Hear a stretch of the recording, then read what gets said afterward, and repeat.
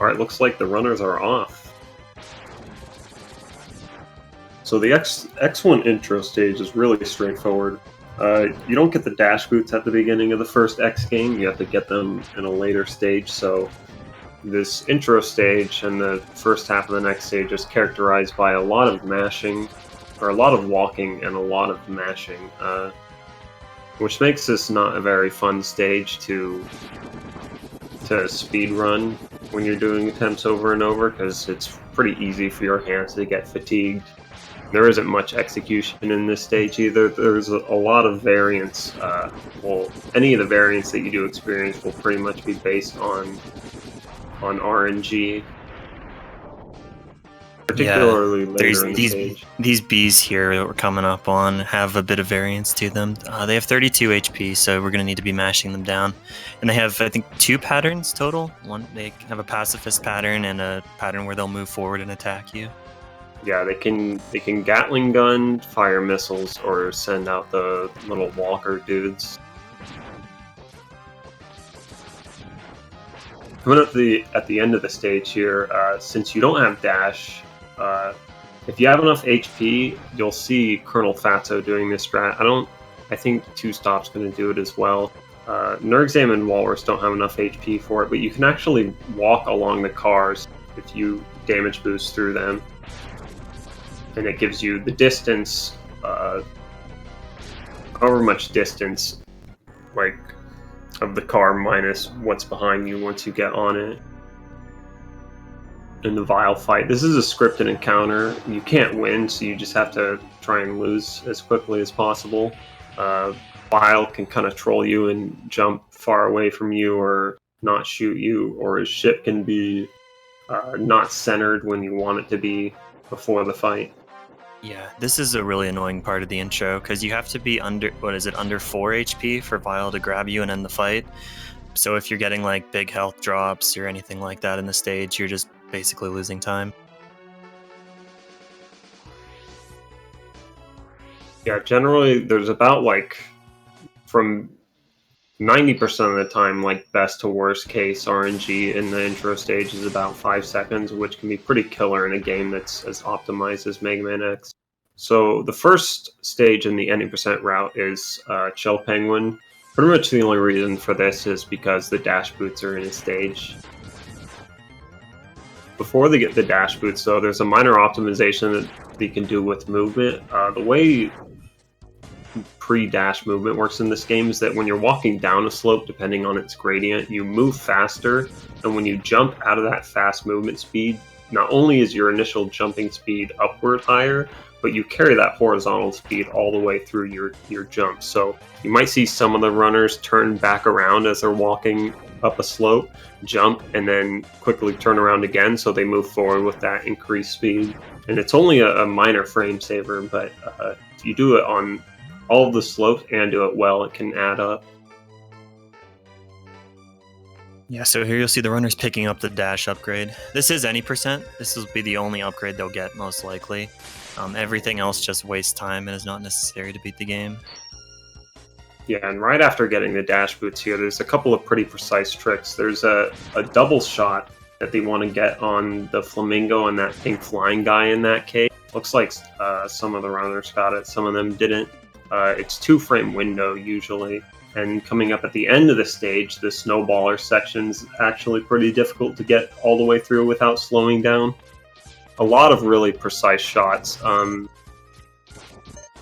The dash lemon, the first one that you fire on screen, if you're at dash speed when you fire it, actually deals double damage. So they abuse that to take out those enemies quickly. Like, sometimes they'll fire one, wait till it hits the enemy, and then fire another, so both are dash speed. The penguin fight is a pretty big RNG hurdle in the run. Whenever he slides, he's actually invincible to damage, and he can chain slides together, presumably indefinitely if you were to manipulate him to do that. So you can lose quite a lot of time on this fight. You'll also notice the runners do a technique It's the same principle as the Doppler effect. When they fire an uncharged shot from far away, before the boss's iframes expire, so that they can gain a head start on their charge shot, and they alternate between charged and uncharged shots, and that allows them to increase their DPS on the boss. But they can only do that if Penguin's pattern permits it.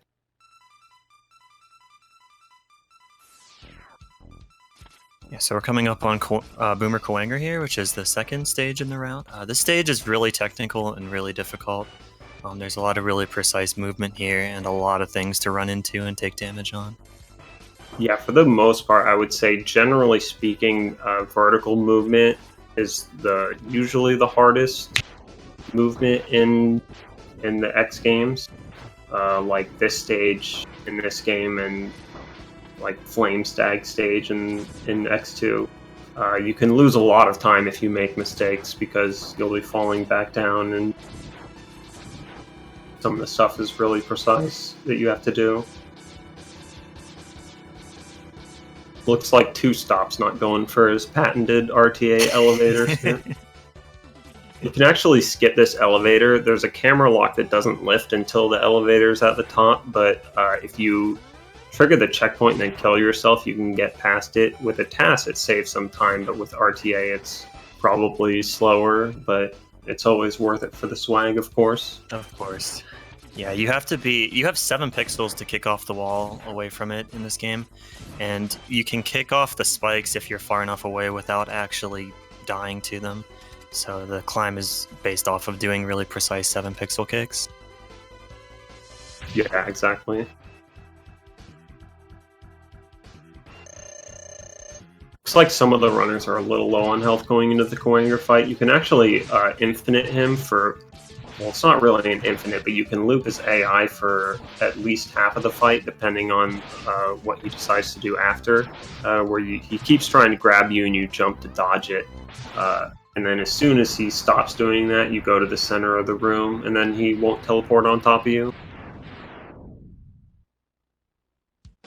Yeah, one interesting thing about Kuwanger is that his teleports actually do happen in real time.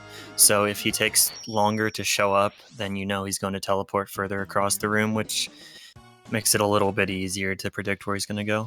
Yeah, that's true. Effectively, he just goes invisible and starts moving across the room at a high speed.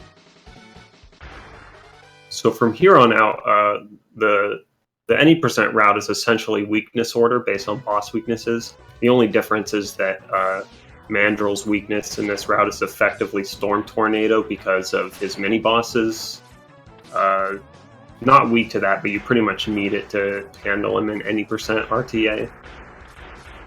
And Mammoth, since he's weak to Ice, which we've already gotten, he can be put anywhere after Eagle.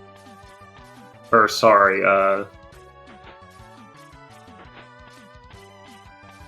Mammoth isn't weak to ice, Mandrill's weak to ice, but Mammoth can be anywhere.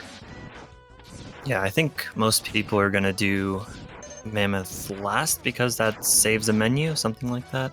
I believe Mammoth 6 saves a couple of frames on the stage select, but since Mammoth is a low execution, low RNG stage, it's generally put last for just like quality of life purposes. Right. Okay. So the Sting Chameleon fight is what some people consider to be the only fight where the casual strat is the speed strat. Every time you hit him with a boomerang, he just tries to jump to the other side of the room, so you can just loop him back and forth like this. Looks like Zero, Sigma, and Vava are all neck and neck right now, with Team X only a little bit behind because of some slip-ups at the end of the Kuwanger climb last stage.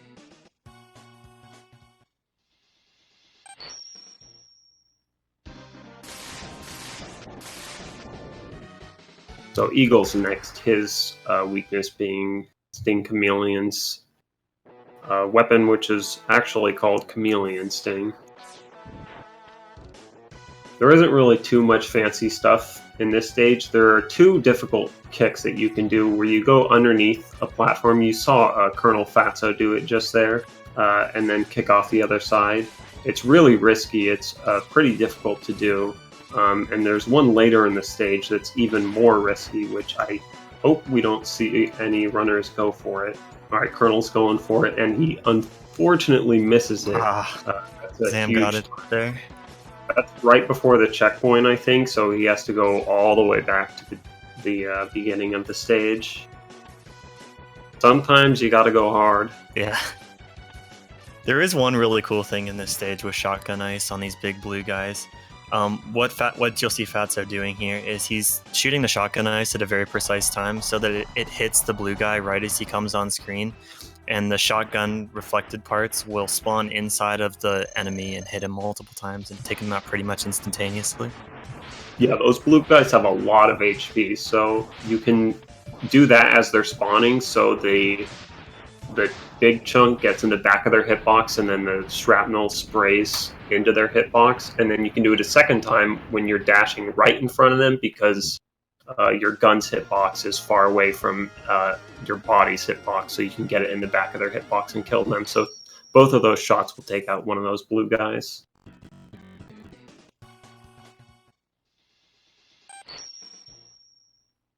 You'll see that a lot in Mandrill stage, which I think most of the runners will be going to here.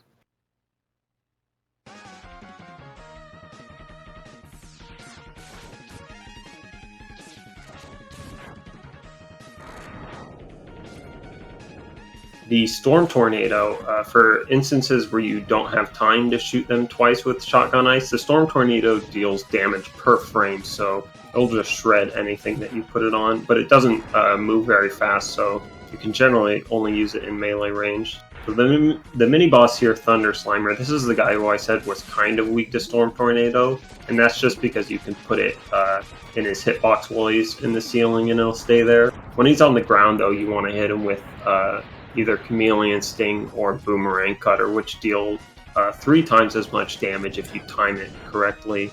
Thunder Slimer has like 8 or 9 iframes, I want to say, so you can actually deal a lot of damage if he's on the ground, so which makes that a pretty annoying RNG fight. It looked like Two Stop and Walrus got decent patterns, though. Came down for both of them. And for Fatso as well.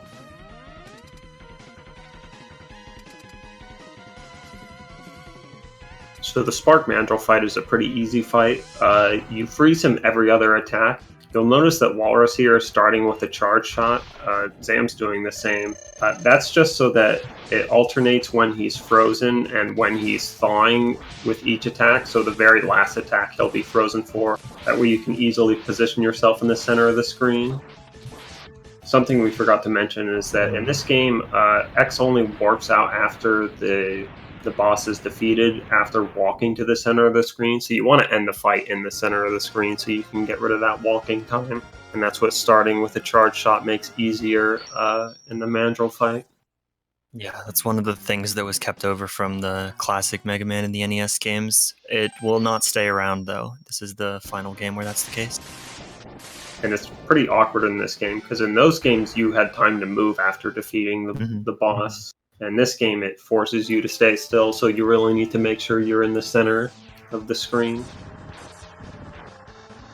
So here's where I was talking about a little bit of the route change. This is completely based on runner preference. Nergzam is doing Mammoth here, so he has less inputs on stage selects, and Walrus is going on to Armored Armadillo. Armored Armadillo is a pretty straightforward stage. You kind of just ride the carts. They're way faster than anything else that X can do. There's a lot of neat stuff that you can do for lag reduction. These bats throughout the screen tend to cause a lot of lag, so killing them with specific weapons at specific times can reduce a lot of lag in some instances. And especially at the end of the stage, there's some birds that spawn when you're on the cart, so that you notice they're going to jump off the cart as they go past the triggers, so they don't spawn, and that also reduces a lot of lag. Mammoth is also a very straightforward stage. The only real difficulty of the stage is at the very end. There's some precise kills or jumps, depending on how you want to do it, to get past those green guys with the shields called Hoganmers. And the boss fight is very straightforward. Yeah, the only thing with the mammoth boss fight is similar to Eagle. Ideally, you'd want to end with him off the screen when he takes his last hit to reduce the lag of the explosion. But that's sometimes difficult to do depending on pattern. Yeah, Two-Stop got it perfectly there. Something that throws that for a loop sometimes is the conveyor belt that's moving you back and forth, because you want to be on the center of the screen and you want Mammoth to be off screen, and sometimes it's difficult to get both of those simultaneously, so you have to choose to prioritize one over the other. Armored Armadillo is another pretty big RNG threshold in the run. He can keep rolling at the start of the fight, presumably indefinitely. And he has armor on, so you can't hit him. It's not until after his first roll that you can take his armor off with the electric spark. So you're kind of just at the mercy of RNG at the beginning of the fight. If he chooses to roll again after that, you can at least hit him with electric spark. You just have to aim it well. It can get pretty silly. I think I've seen upwards of 30 to 35 seconds of just rolling. Yeah. Pretty ridiculous.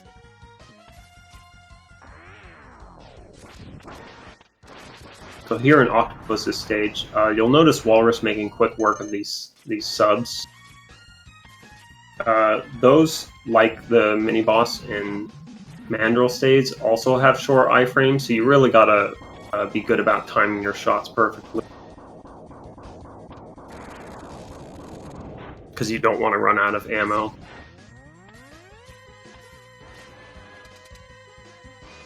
So this... the octopus fight is definitely the most dangerous part of the run so far. And whoa, Colonel Fatso almost fell in the spikes there.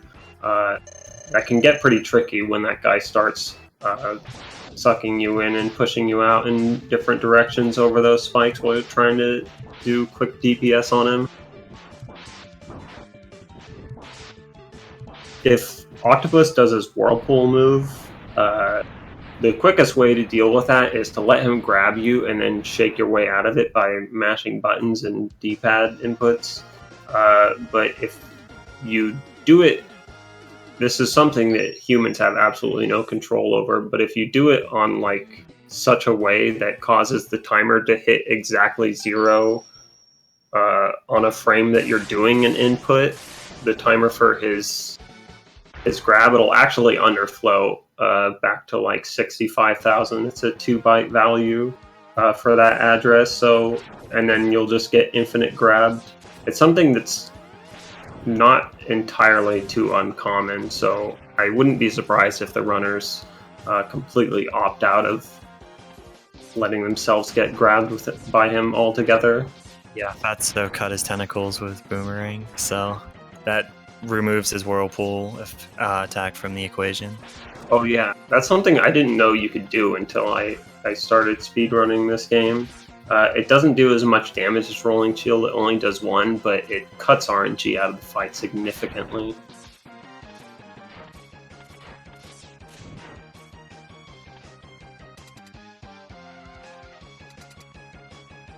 I think everyone's on their last stage now? I believe so, yeah.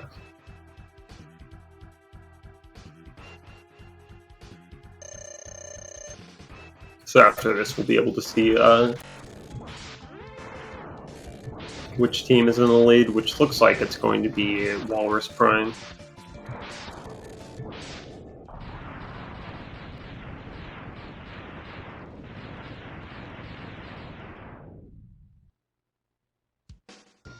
Looks like Walrus got a sub 19.8 map, which is really good. Dang, that's potentially PB pace for him then. Yeah, Zam not far behind either, with just a little bit over 19 minutes. So coming up on the end game here, there is a very significant difficulty spike in the run at the start of the the first Sigma stage, which pretty much carries on throughout all of the Sigma stages.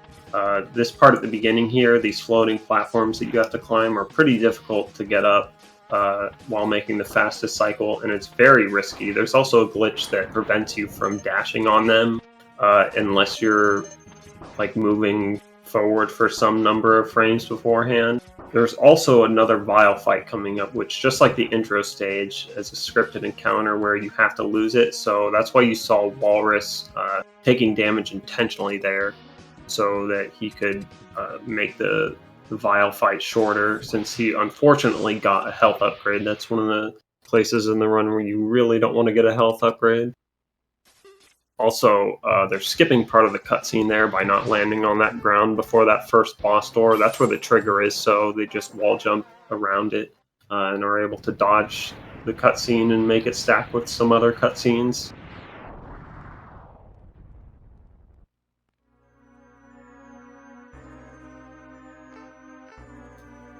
After destroying Vile's ride armor, now they have to fight him for real. He deals, I think, 8 damage for a body contact. He has very low iframe, so you can attack him very quickly and deal a lot of damage, but you really don't want to get hit, especially because of the bosses that are coming up next. There's 2 more boss fights in this stage. Yeah, the scary thing about the Vile skip is there is a potential soft lock risk if you do it incorrectly. That's the reason for the rolling shield at the start. Oh yeah, that's true. I think they do that so they can like hold down a certain input, like hold down the shoot input to advance the text.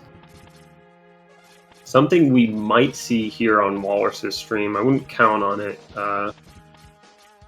Yeah, looks like we're not going to. It's actually possible to skip the kuwanger fight. You have to do a phantom grab, which is where you collect an item in your boomerang on the same frame that you spawn another item of the same type. It just so happens that boss doors actually fit into that category. Oh my god, 2-Stop did it! Holy crap, he got it! Alright, that's insane. So this saves, if you have good climbing, it saves like about 5 seconds for humans. It saves 10 seconds for a task. But yeah, so what he did there was he grabbed the item drop on the same frame that the boss door spawned, which lifted the camera lock. Bosses in this game spawn based on camera position, not player position. So since the camera lock was gone, he was actually able to spawn kuwanger without actually going into his room. He dropped back down to the ladder to get rid of the X-axis camera lock that was set in place by triggering the boss fight, and then he was able to climb back up and just go through the room. And all told, that's extremely difficult to do. It's not only frame perfect, but there's also some other, you also need RNG to get an item drop there, and pretty much nobody goes for that in runs at all. That's pretty awesome that we got to see it here in this relay. Yeah, so Bow Spider here is the final boss in Sigma 2. He's pretty random. He will spawn these crossings at random, and then every time he encounters a crossing, he takes it. So there's really no RNG with how he moves, as long as you can read the pattern correctly, which really just takes practice. Yeah, it's something that's intimidating at first. You can actually, if you're a newer player, you can actually pause buffer after he spins his web to read it while he's unable to move, because the game's fading in and out. But for more experienced players, you'll rarely, if ever, see them make mistakes on it.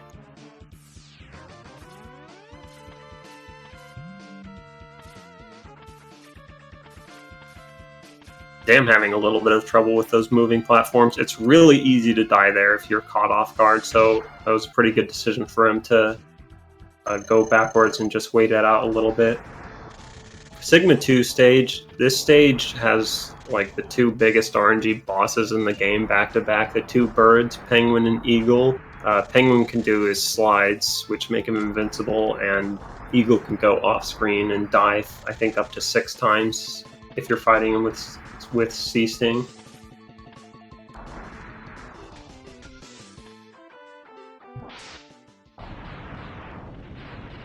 Yeah, we did also pick up the Charge Buster in Sigma 1 after Zero dies. That actually is a forced upgrade. But it actually works out to be pretty nice because you can do some charged weapon strats on the refights here.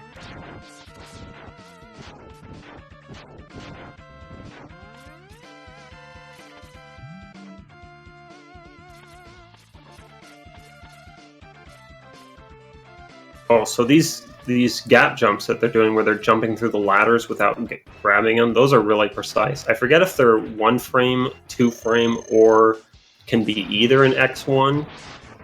It might depend on subpixels that make the difference between frame perfect or 2 frame window, but they're really precise, they're really hard to do, and it's pretty sick when you see a runner get all 4 in a row there.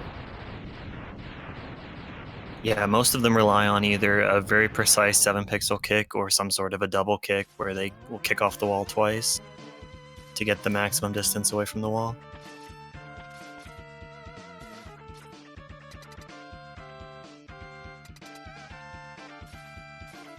And yeah, this is a really close race so far. Fatso is not far behind at all after that really costly death that he had going for a death kick in Eagle's stage. So Rangda Bangda, each of his parts, I think each of his eyes have 10 HP and his nose has 12 HP.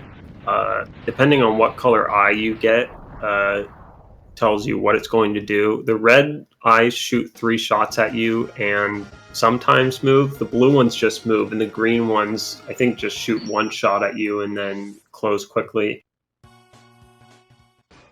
In 100%, it's a pretty big RNG fight because you can Hadoken the moving eyes if they come down, but in any percent, there's not that much RNG. So here's the armadillo skip. Unlike the kuwanger skip, this one's actually pretty easy to do for humans. Basically, what you do is you put the shotgun ice sled on the ground in a precise position, then you move to a precise spot, and then when the sled manifests, it clips X a large distance into the boss door and lets you dodge the camera lock trigger. And as I said before on the kuwanger refight, bosses spawn based on camera position, not player position. So when you have the camera down low like that and you're not looking at the top of the screen where Armadillo does spawn, he drops in from the ceiling. It actually doesn't spawn him at all unless you jump. So looks like all 4 players got past that pretty easily. Colonel Fatso going for... I couldn't tell if he actually got it or not. He ended with 1 HP there, so I think he didn't, but he was going for a Doppler effect on his boomerangs where he fires a couple of them at once and then baits the boomerangs into certain positions by moving around because they try to chase him to return to him. So they hit Chameleon at specific intervals so he can get a free charge shot essentially, but I don't think he was actually successful in saving time with it there. It's one of the more difficult Doppler effect strats to do. Yeah, Walrus and Zam both got it, I think. Fatso had some trouble. Nice. Octo refight, you can lose a lot of HP here depending on what RNG you get and if you're not careful. And again, they do have the risk of getting infinite grabbed if they go. Yeah, it looks like Walrus isn't trying to risk it. Zam did it and luckily didn't get infinite grabbed.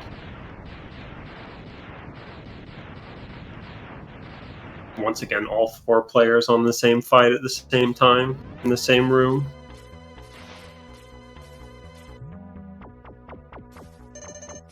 If you are low on HP, you'll see there that you can go along those spikes by popping Sea Sting. It does cost you an extra wall jump and some frames of filling up your health and ammo there. So it is faster to go low route, but riskier. Something I didn't mention, it looks like none of the players got any hearts or E-tanks.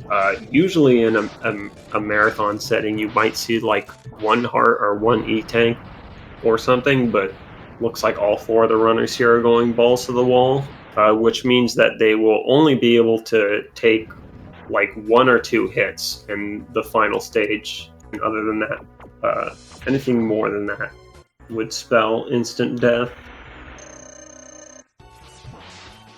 So D-Rex here is pretty brutal. The more the fight goes on, the more health he loses, the more erratic his movement becomes. And he does do a lot of damage, so really you don't want to be taking hits in this fight if you can avoid it. Yeah, and there's some... sometimes you have to do some specific movement to bait the boomerangs to arc upwards instead of downward, or vice versa, depending on where the face of D-Rex is at the time, which can make it pretty hard to do that so your shots hit him while dodging his attacks. So, out of these 4 games, strictly because of this final stage alone, you could make the case that X1 is by far the most volatile game in a marathon setting. It's very easy for you to just get RNG'd by Final Sigma and just get ended. Since you do the fight chilling on one of the claws while shooting Sigma with Rolling Shield, you have to dodge that one's lightning while the other one attacks you from the other side. So if they pincer you at a bad time, you can just get completely destroyed. Looks like Walrus and Zam both took 4 damage from the dog. 2 stop as well, looks like. So that means that they can only hit from Velguard or Sigma. I think a lightning will just one-shot them at this point. Same with Colonel Fatso, all 4 of them sitting on 12 HP, it looks like. There's only a little bit of RNG in this Jedi Sigma fight. It depends on whether or not how quickly he does his jump after each cycle is RNG, but if the runners react to it, it doesn't affect them other than the small amount of time they might lose.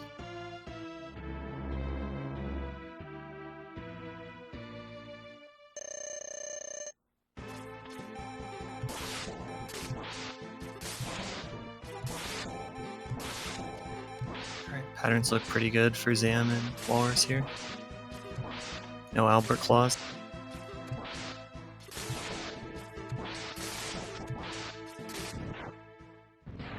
Very nice by Walrus. Ooh, very close. And Zam.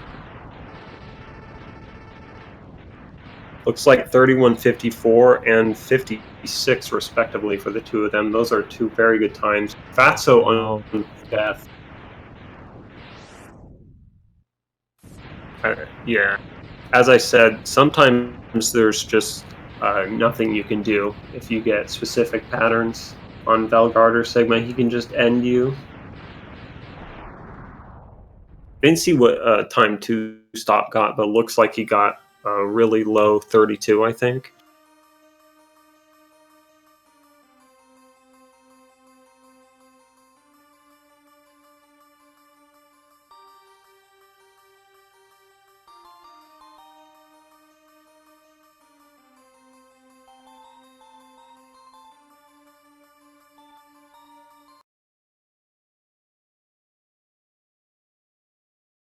So that's a bit unfortunate that in a relay setting like this, one team can take such a huge hit on the first game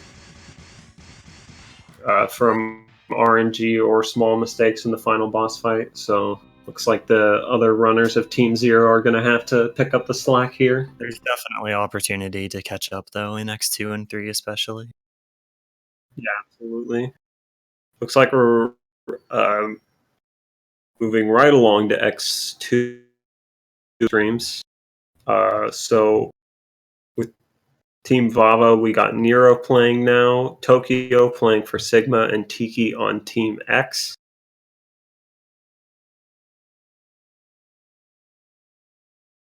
So X2 any percent. X2 any percent is quite a bit different than X1 any percent.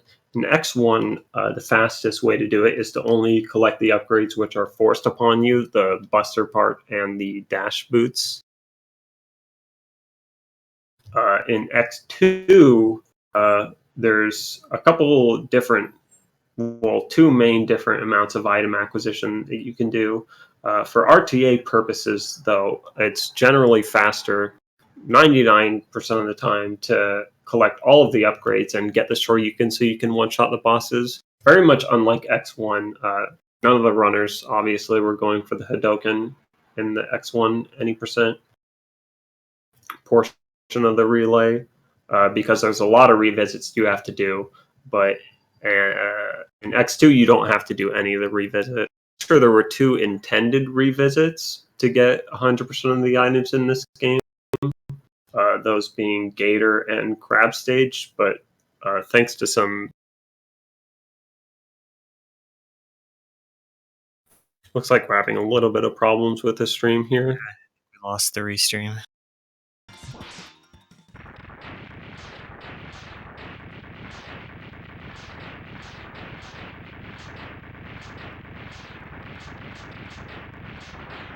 Looks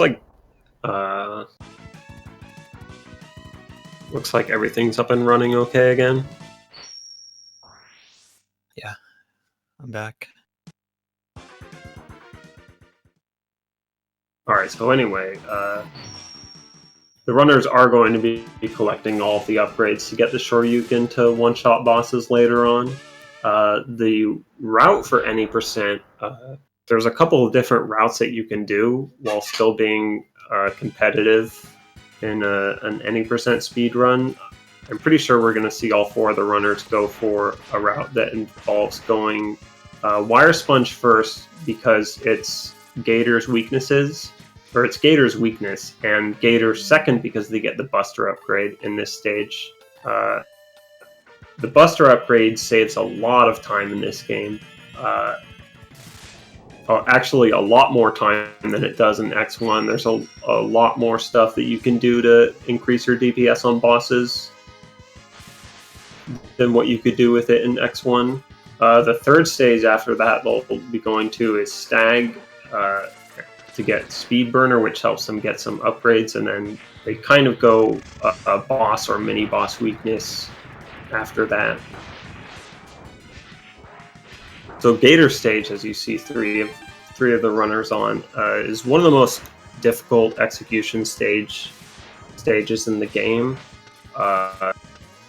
Since you have the strike chain, if you use it on a wall, it pulls you a lot faster than what X goes at normal dash speed. His normal dash speed is 3.5 pixels per frame. The strike chain speed is like, I want to say about 6 pixels per frame uncharged and 11 charged. So and using it on walls, there's only...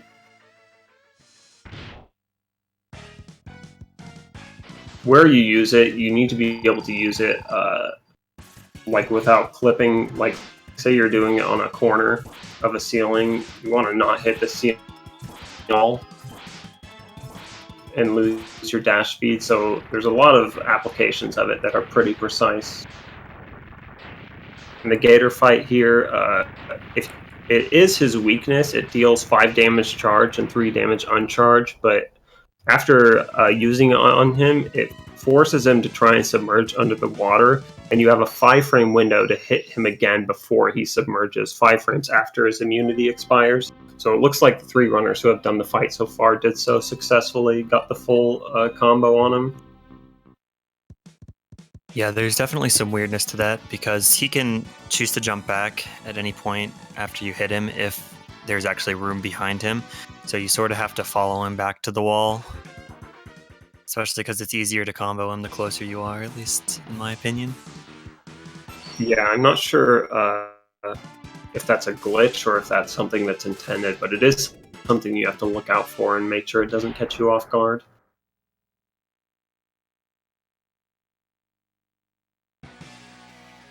Yeah, and the verdict is, we still don't know what that liquid actually is in Gator's room. It could be oil, could be blood. I'm going with cranberry juice myself.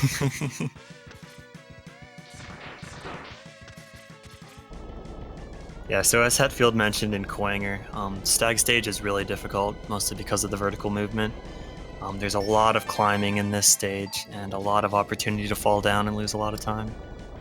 Oh yeah, you'll see all these tiny ledges going up the walls. In this game, when you do a wall jump, it actually, the part of the animation is it freezes you for 5 frames, or it's like 5 or 6, but anyway, jumping off those little ledges instead of doing a wall jump saves about 5 frames per one, so it can make the movement pretty difficult as you're trying to min-max getting all of those ledges. In the stag fight here, I think we're going to see Nero do an extremely difficult and new strat where he uses the gator spinning wheel. Oh, he actually didn't go for it. I'm not surprised. He was the one who pioneered doing that strat for RTA. What it does is it only deals 1 damage, but it allows you to fire it super early, and then Stag runs into it, or he falls into it, and it allows you to get a charge shot instead of a buster shot or an uncharged shot for the next one, a fully charged shot, or 4 damage rather. So you get 5 damage instead of 4, which can save you. Not exactly sure what it saves on average, probably somewhere around a second, I would assume. Looks like Drifter, unfortunately, did not get the 1 cycle on Gator, so he is now subject to RNG. Gator can kind of just chill under that liquid indefinitely. Not indefinitely, but for a pretty long time sometimes, it seems. Yeah, the stag buster fight is actually very interesting and really fun to pull off. Yeah. The first climb there's no RNG to that climb. He'll do the same thing every time. But the second and beyond, you have to actually react to the pattern that stag gives you, which makes it really fun and interesting. Yeah, it's pretty cool. If you go up, he's forced to follow you. So you'll see some runners bring him all the way to the top. That's the faster, more reliable strategy. But keeping him down low, which you can still do, is much easier. So if you're learning this, this is the fastest and most difficult route. Well, that's not true. RTA viable, this is the fastest and most difficult route of the game. And if the stag fight puts you off because of its difficulty, you can just keep them low, and that's a pretty easy fight to execute. Yeah, there's also 1 or 2 other minor things that make this route really hard, like that burner to that sub-tank right there. In other routes, you have boots, so you can do like a neon jump back up to get up there, but if you miss the burner and you miss the box in stag third, then you're out of luck. Oh yeah. So as I said, after doing Sponge Gate or Stag to get basically the Buster upgrade and your mobility upgrades, to get various upgrades like that one, the route is basically weakness order. Centipede comes after Stag because this mini boss, Radar Killer, is weak to Speed Burner, but the boss himself, Centipede, is weak to Silk Shot, which does not save much time on him at all, so you don't have to worry about it. You'll see the runners hope to get the tailspin glitch here. Basically, when the tail shoots out, you'll see it in Zan or Tokyo's stream, Team Sigma. If you dash jump at the wall and then slide down it, you'll actually like unhinge the trajectory of his tailspin, and it'll just go indefinitely because it's like off its track, so you can just get free shots in him. And then you'll notice the runners jump and then use a strike chain. The reason why they do that is because they're charging during the full duration of that chain while Centipede is still in iframes. Same principle as I mentioned in X1. It's the Doppler effect, but with Buster and strike chain shots. And they use that to get Buster upgrade charge shot on him. Yeah, the tailspin glitch it saves a lot of time, and it is random though. As far as I know, it's 1 in 3 to get it because he has 3 different attacks, all equally likely. Yeah, I'm sure that's not actually the case, but we haven't had anyone disassemble it, so we just kind of say that for just for estimation's sake.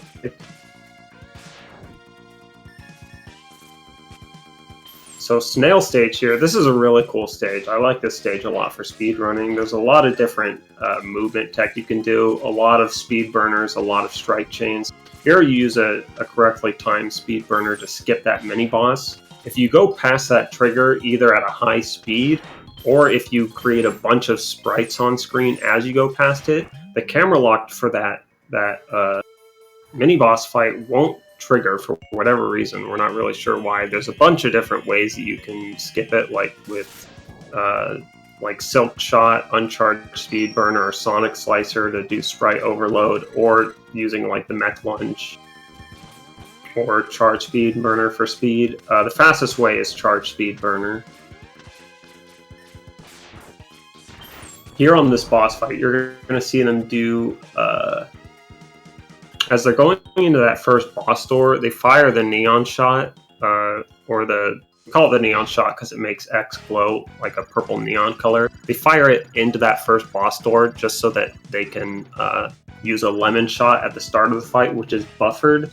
The reason why they want to do that is because that doesn't trigger Snail to go into his shell. Normally, if you shoot him from that far away, he'll immediately duck into a shell and block your shots. But if you buffer it before the fight starts, you don't get that. So it cuts out a lot of RNG from the fight when you do it that way, rather than just like dashing right up next to him and using a magnet mine in his face. You're susceptible to RNG if you do that.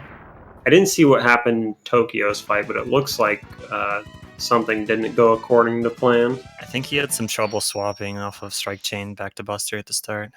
Oh, I see, yeah.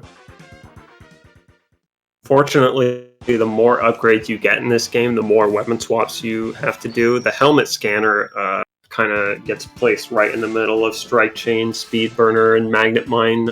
Same with the Giga Crush armor that you'll get later on.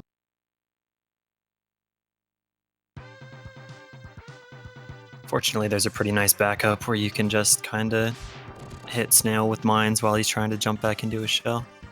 Yeah, that's true.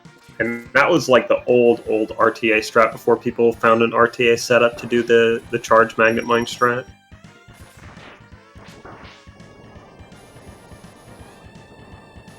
Ostrich stage being next. His weakness is Crystal Hunter. Earlier routes of this game had you fighting Ostrich with Buster instead of Stag with Buster. The main reason why this route is used now is because Crystal Hunter just saves ungodly amounts of time on Ostrich iframe reset glitch on one of his abilities, and if you hit him with a Crystal Hunter, it forces him to use that ability. So every time he does it, he jumps up in the air and throws his arms out to the sides. Every time you do that, you can hit him with a dash lemon and a Crystal Hunter for 5 total damage. And it just destroys him. I timed it to save an RTA on average about 10 seconds. The Crystal Hunter saves in this fight. Yeah, the old RTA route used to Buster Ostrich, which is not only slower on average, but it's also significantly more difficult than the Crystal Hunter strat. Yeah. So to go over a little bit of a history of the any percent routes in this game, it used to be that you would start with Sponge as usual, and then you would go straight weakness order. The problem with that route was that when you get to Moth stage, the heart in that stage is actually on top of a building, and you have absolutely no way of getting it with your current upgrades at the time. Well, some runner, I think it was Hotarubi, discovered neon jumps. Once you have the dash parts and the Buster part, if you do an air dash and then jump and fire a pink charge shot on the same frame, you'll actually do a mid-air jump, and you can use both to do a triple jump as well. And that, they moved Ostrich earlier since you get the dash boots here, and that gives you neon jumps on Moth stage, so you can get the heart without having to do a revisit. There used to be a revisit for Moth. This route does not need the neon jumps to get the heart because it has a Crystal Hunter from Crystal Snail, which lets you freeze enemies and jump on top of them, which is the intended way to get it, which incidentally also happens to be faster. And the reason why we can do this route now is because the reason we wouldn't do this route before, this originally has been the task route since like 2005 or 2006. The reason why we couldn't do it in RTA before was because no one knew how to kill Chop Register, the wireframe sword mini-boss in Centipede stage. The task kills it by spamming 30 Hz Buster, which you can't do in RTA. But a Japanese runner named Gameo discovered that since Charge Strike Chain deals damage per frame, you can actually make quick work of that mini boss by doing a properly timed and positioned Charge Strike Chain.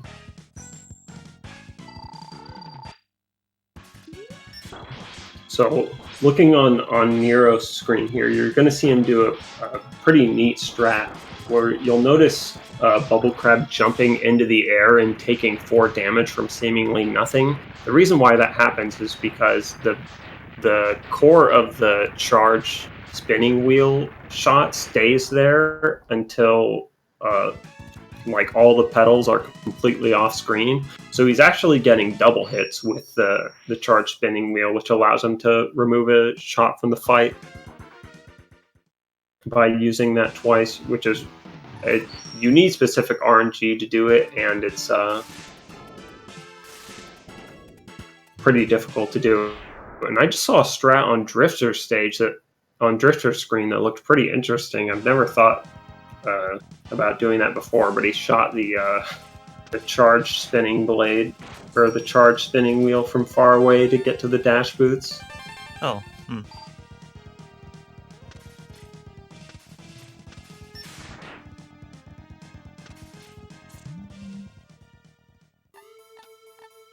Yeah, so as Hetfield said, we used to do neon jumps in this stage to get to this heart, but since we've already done Snail, there's no reason to not just freeze the pizza guy and hop on him instead. Yeah, it's a pretty convoluted series of inputs, freezing him and then like while weapon swapping off of Speed Burner and whatnot, but it's not too difficult to execute once you get it under your fingers. There's 2 semi-mini bosses. I don't even know if I would call them that in this stage, but they do lock the camera, and they have a little bit of RNG that can cost you like 1 or 2 seconds each if they decide to jump. Unfortunately, the first one did not cooperate for Nero.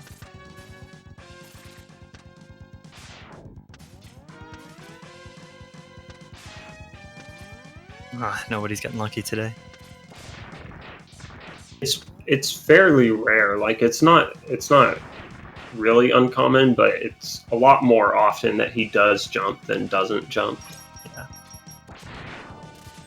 There's also some weird lag with this stage, especially in this section, where sometimes the stage will just lag and sometimes it won't.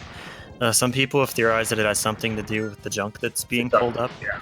Is it? Okay. The junk throughout the stage that's going up and down based on those gravity things on the ceiling is RNG, how much there is and whatnot.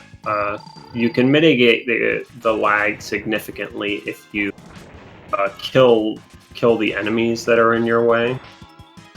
And that's just about one of the only things you can do is kill enemies and pray that you don't get junk that's causing lag. Speaking of lag reduction, you'll notice the runners take some intentional damage boost on the first phase of this moth fight. Since that makes X start blinking, he only is drawn on screen every other frame, so that actually reduces lag because he's not there for half the frames.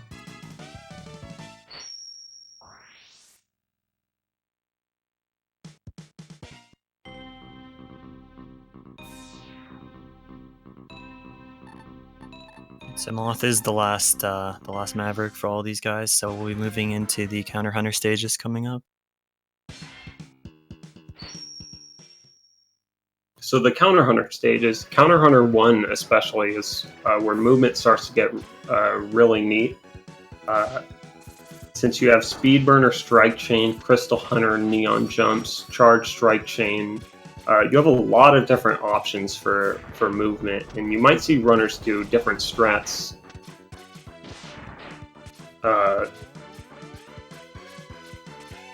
Whether it be neon jumping up walls or using speed burners or strike chains along horizontal movement. A lot of the movement tech requires you to charge, so sometimes you have to choose between doing one thing or the other.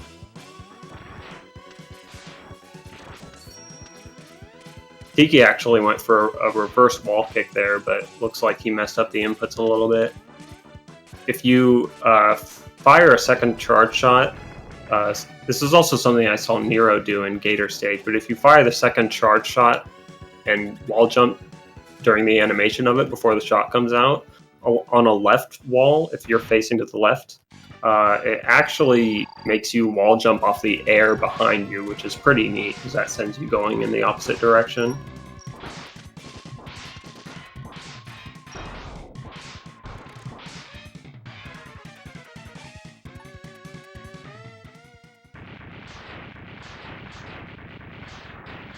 So Violin, this is a guy who we haven't really seen yet since in any percent you don't bother going to get the 0 parts. You can fight him and the other 2 counter hunters in the first 8 Maverick stages, but it's completely optional, so in any percent you opt out of it because it's slower. Violin is a pretty easy fight in any percent since you have full hearts and armor and you just stand next to him with bubble splash up, but you can lose time to lag or him doing an invincibility move. So X Hunter 2, there's a pretty precise trick here called elevator skip that will probably be the hardest trick for you when you're starting. Oh, Nero unfortunately didn't get the really fast skip. He's still got the standard elevator skip though. You lose like 20 seconds if the elevator goes up without you. Looks like Tiki got it as well.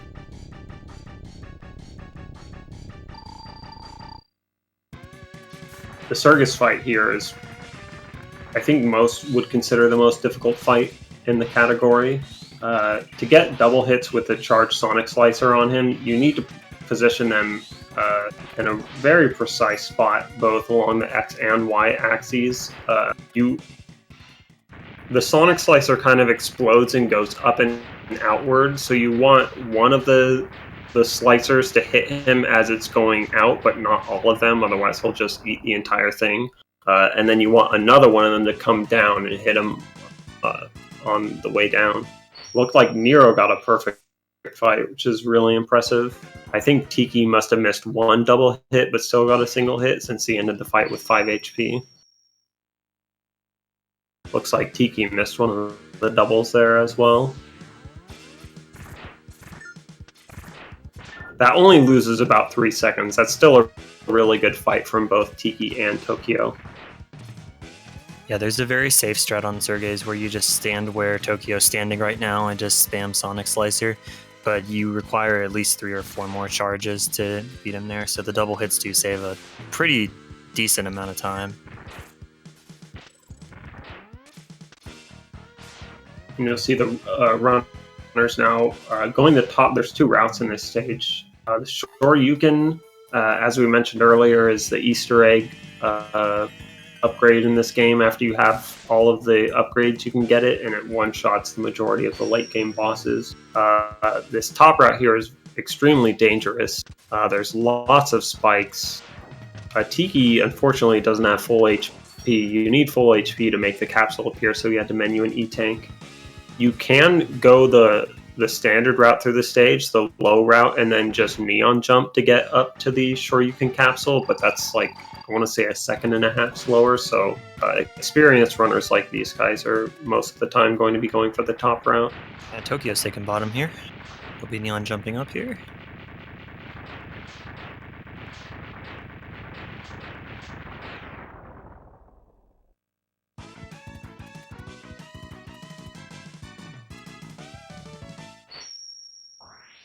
And right after getting the Shoryuken, of course, they give you Neo Agile, who's perfectly positioned for an easy Shoryuken every time.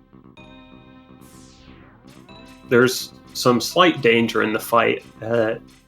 Neo Agile has a lot of RNG based on how he moves back and forth. So if you can buffer the Shoryuken like while his HP is filling up. And very rarely he can actually dodge that buffered Shoryuken.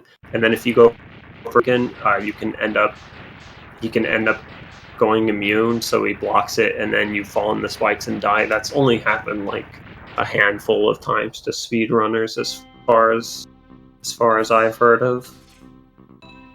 Yeah, it's always hilarious when it does. I've seen it maybe once, and it is really funny.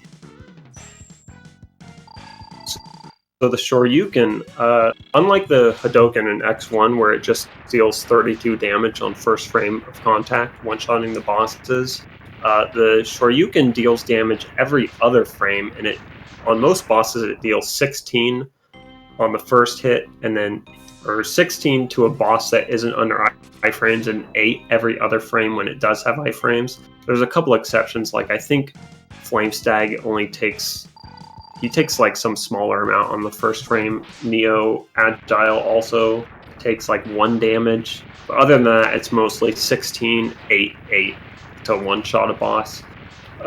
Worth noting, though, it's not always the first frame that the hitbox connects that the Shoryuken starts dealing damage, because when Shoryuken can deal damage is based on the global timer. So sometimes it'll be first frame, sometimes it'll be second. But after the first frame of damage, the global timer, it'll deal damage every other frame after that.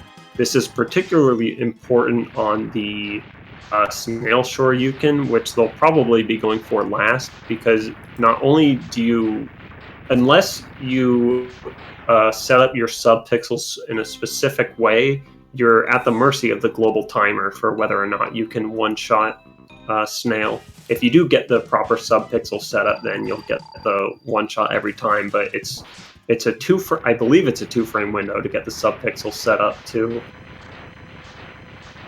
get the easy one shot every time based on how high you jump your y-axis subpixels. That Shoryuken and the gator Shoryuken are really the only ones that pose trouble runners. Since gator, you can't one immediately. You have to hit him a couple times with a strike chain, since I think he's just not. Versus if you can't go for the 16 damage at the start of the fight, because he'll just submerge. He always submerges at the start of the fight, so you have to keep him up with. Then, since your first tick of the 8 damage at that point instead of the normal 16, since he's already under iframes, you have to hit him with chain a couple times. So that one can be pretty difficult, since you have to combine the quick kill method from the first fight as well as swapping off your chain to do Shoryuken in a very short period of time. So here Nero's coming up on the most difficult Shoryuken, the snail, and we'll see. We won't be able to tell if he gets the subpixels or not, but a lot of times you can just not get the subpixels and then Shoryuken him on a bad frame relative to the global timer. And that's exactly what happened to Nero.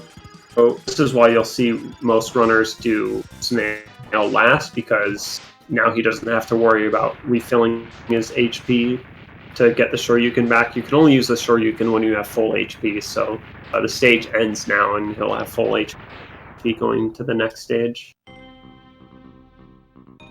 Oh, Tiki got I think that's a frame perfect backup, isn't it? Or maybe 2 frames where you Shoryu right as you land and get him on the second hit.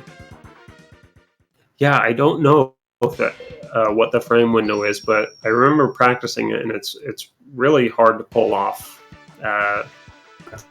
It's actually pretty sick that he got that.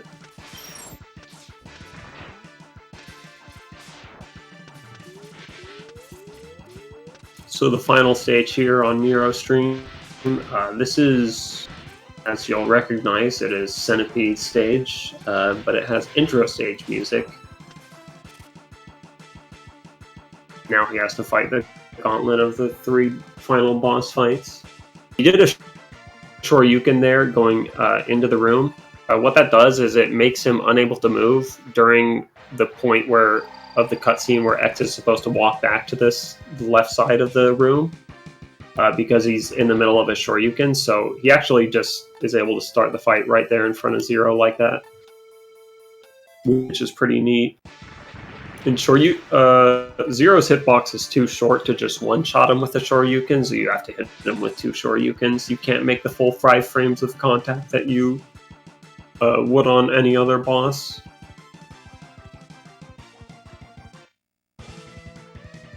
So Wolverine Sigma fight. This is another one of the most difficult Shoryukens in the game. You need to have good positioning, and even if you do, you can just get RNG'd. So you jump over him, so he tries to jump to the port, and then you fall to the ground and Shoryuken him. Sometimes if you're over him like that, I think it's a 1 in 8 chance he can still swipe you anyway, which is really unfortunate, and it's a good thing that didn't happen in Nero. And very nice one-shot on Sigma Virus. Tiki having some trouble here. I think he's out of sub-tanks. Ooh, that's unfortunate. So yeah, Tiki's going to have to do not only this fight, but the next fight as well. He has to do it without Shoryuken, which can take a very long time. Sigma Virus's head has 64 HP instead of 32, which is double what any other boss has in the game. Tokyo there getting the one-shot on Wolverine. Yeah, these last 2 stages in particular are really, really punishing in X2. As Hetfield mentioned previously, you have to be full health to Shoryu. So if you end up taking a hit really early on, then you can lose like several minutes at least. Yeah. This fight is very laggy, very RNG heavy. He can actually get health from those enemies if he's lucky.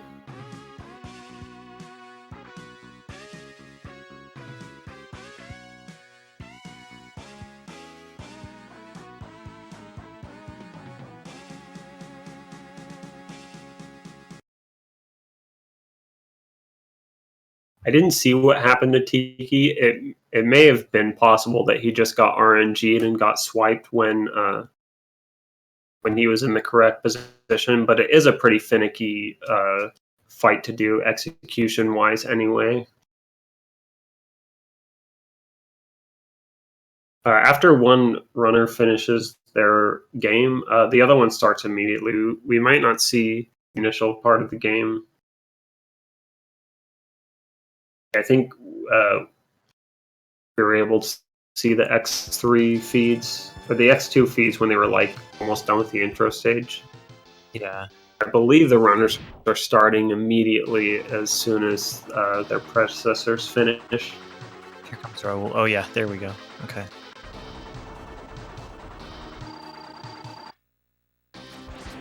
I'm hearing Louise is already on Mao the Giant.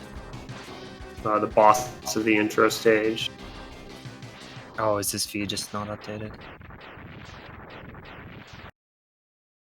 So it looks like Luis just finished the intro stage. Mado and EAB making their way through it. So in Team Vava, Luis is playing X3, EAB on Team Sigma, Mado and Team X, and Just Incredible is going to be playing X3 for Team Zero as soon as the Drifter finishes in X2. Drifter making his way to the final stage here.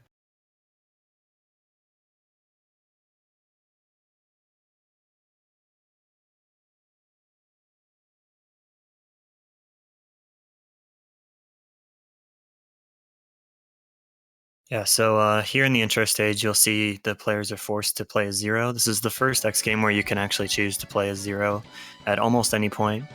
Zero has pretty much the same moveset as X, except he has the third tier charge as well, where he'll swing a saber. The saber does 16 damage on contact, and we'll be using that a lot later on whenever we gain access to it as X. Oh yeah, so the any percent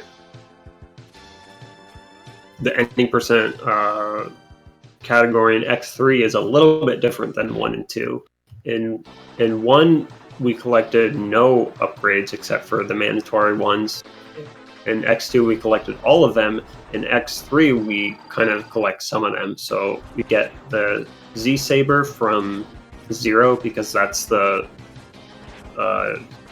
like one of the Easter egg upgrades in this game that lets you two-shot bosses, and we get the dash boots. The reason why we get the dash boots is so we can do the neon jumps like do. If you have the saber, even if you don't have the buster part, you can still do the neon jumps with the saber, which is really neat, and you'll be seeing a lot of that later on. As far as the route goes, it's for the most part, it's start with buffalo and then go weakness order for the most part, but tiger can be anywhere since he doesn't really have a weakness that does any damage to him. Looking at Louise's stream here, he's actually doing a really difficult strat on Blizzard Buffalo. Looks like he didn't get it perfectly, but all except for one shot at the end. There's two things going on in that fight, and we'll see it in the other runners' streams when they get there. EAB is almost there, but Blizzard Buffalo has an AI glitch where once you get him up against the wall, when he turns around and looks at you to decide his next action, if you are up above a certain point in the air, he'll actually think you're behind him, and then he'll charge the wall again. Combine that with doing the Doppler effect movement between each pair of shots to get faster charge shots. And it makes it a pretty difficult fight because those two things, the shot interval and the jumping interval to glitch out his AI interval. So you're going to be jumping to glitch him out at a different spot in your buster shot rhythm, like every time, so it's a pretty difficult fight to learn and execute. There's really a lot going on in it. Yeah, it's also worth mentioning that this is the first X game where they've changed dash lemons to only do 1 damage on bosses instead of 2. So the Doppler effect strat here doesn't save nearly as much time as it would in X1 or X2, for example. It actually saves more because, well, in X1 the dash lemon did 2 and the charge buster shot did 3, so you do 50% more damage with charge shots. Next two, they both deal the same. They both deal 2 damage. In this game, the charge shot deals 2 and the buster shot does 1, so it does 100% more damage each time you're able to get a charge shot out. So on the buffalo fight there, I believe it saves over, I remember, to do the Doppler effect strategy than to just do chain charge shots together. Mm-hmm.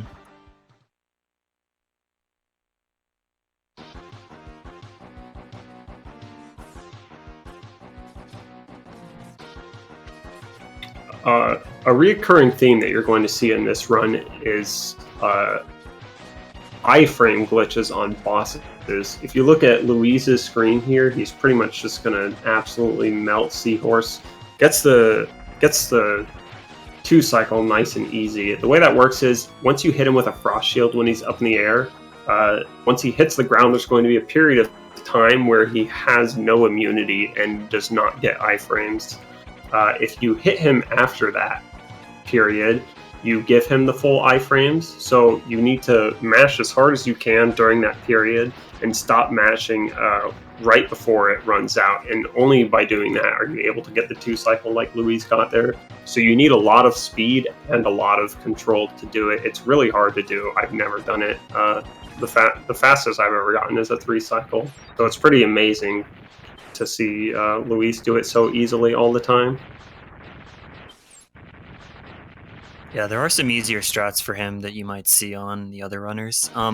Seahorse is the amount of time that he doesn't have iframes while he's on the ground is proportional to how high in the air he is whenever you hit him with the first frost shield. So if you let him jump up a little bit higher, it loses some time, but it gives you a larger window to mash into him. Yeah, and I think you can abuse that to, like, if you are going for a 3, it's slightly faster than if you were to, like, if you know you're going to go for a 3 cycle, you can save a little bit more time than if you were to just, like, go for the 2 cycle, mess it up, and then fall back on a 3 cycle there.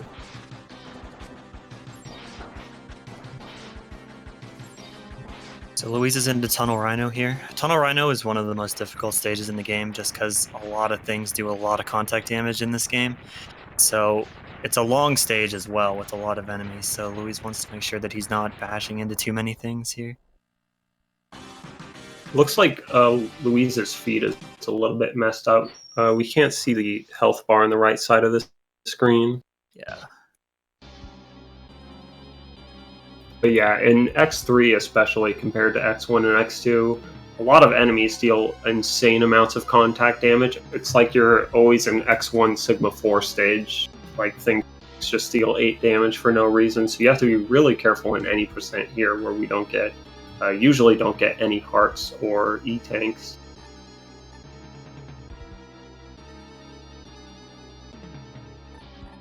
Yeah, there also are going to be some extra mid-bosses here. You saw one on Louise's screen when he fought Bit there.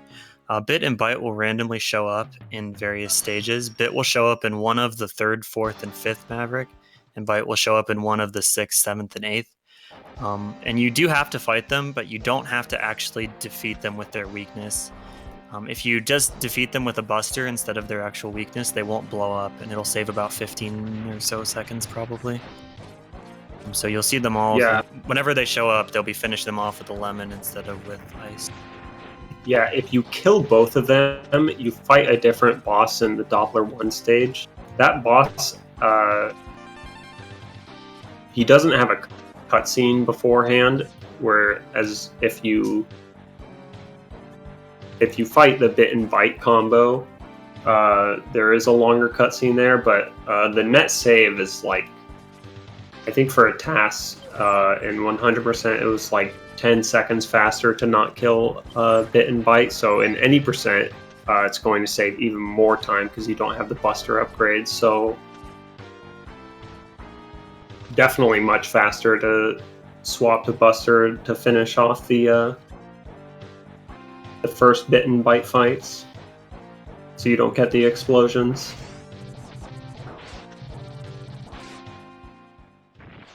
So yeah, mini bosses in this game. You'll see the seahorse mini boss on Just Incredible's stream, and the rhino mini boss that Madu just took out. They don't have iframes in this game, so you really need good mashing to speedrun this game at a competitive level because there's quite a lot of things that you need to mash on.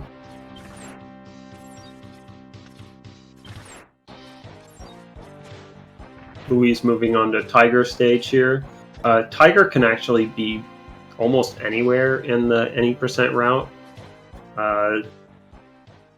If you're doing RTA attempts, I think Louise likes to do Tiger first because Tiger's a pretty heavy RNG fight. So he likes to get that out of the way so he can just reset if he gets bad RNG. But in a marathon setting like this, you would do Tiger after Rhino so you can have Tornado Fang, which is the drill weapon that you get from Rhino. What it does is, after you hit an enemy with it, it actually makes it so you can pass through that enemy for some number of frames without taking damage from them.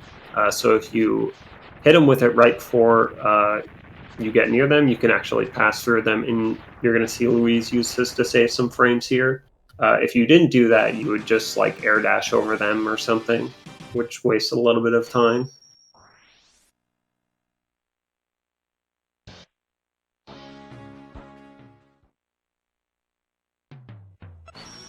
So Raul finishing off Rhino here. Rhino's a pretty easy boss. The only thing that's really annoying about Rhino is whenever he's under half, he can do his big invincible charge attack. You'll see some runners that will sometimes try to mitigate that by jumping over him and getting him to just charge the wall again instead of charge all the way across the screen. But that is dangerous due to how much damage the boss deals. Yeah, it's pretty easy to die there, especially because like usually unless you're a pro, you're not gonna have full health going into the fight. The thing about that is that Rhino's AI, for whatever reason, and I have no idea how this got past QA, but like his AI is glitched if you don't die during the stage, and he can only do one of two attacks. He has a bunch of other like drill moves that he can use on you, which we'll see in the refights. Maybe, probably not in any percent. But he won't do that unless you die once during the stage on the first fight. Looks like we're having some problems with... I think it's on the end of Louise's capture card there.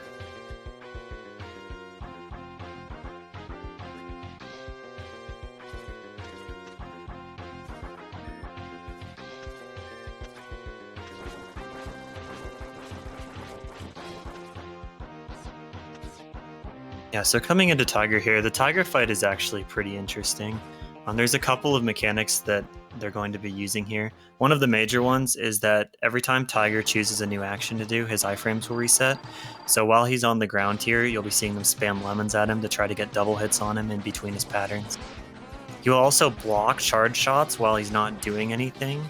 So you don't want to be shooting charge shots at him all the time, only while he's doing an attack. Yeah, you kind of combine both the abusing the iframe reset with using it, the Doppler effect to get the charge shot on him while he's doing his attacks. Because it's only if he's not attacking that he'll try to block your charge shots.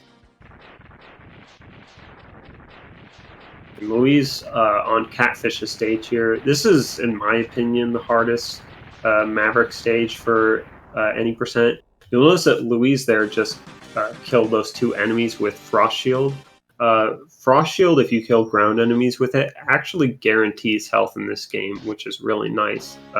Killing ground enemies with the Acid Spray guarantees ammo, which is pretty cool. I don't think that X1 or X2 have anything like that. Or X2 does. You can guarantee ammo with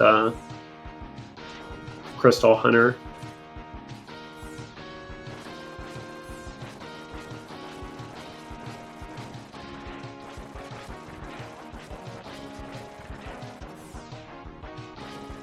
So the cat...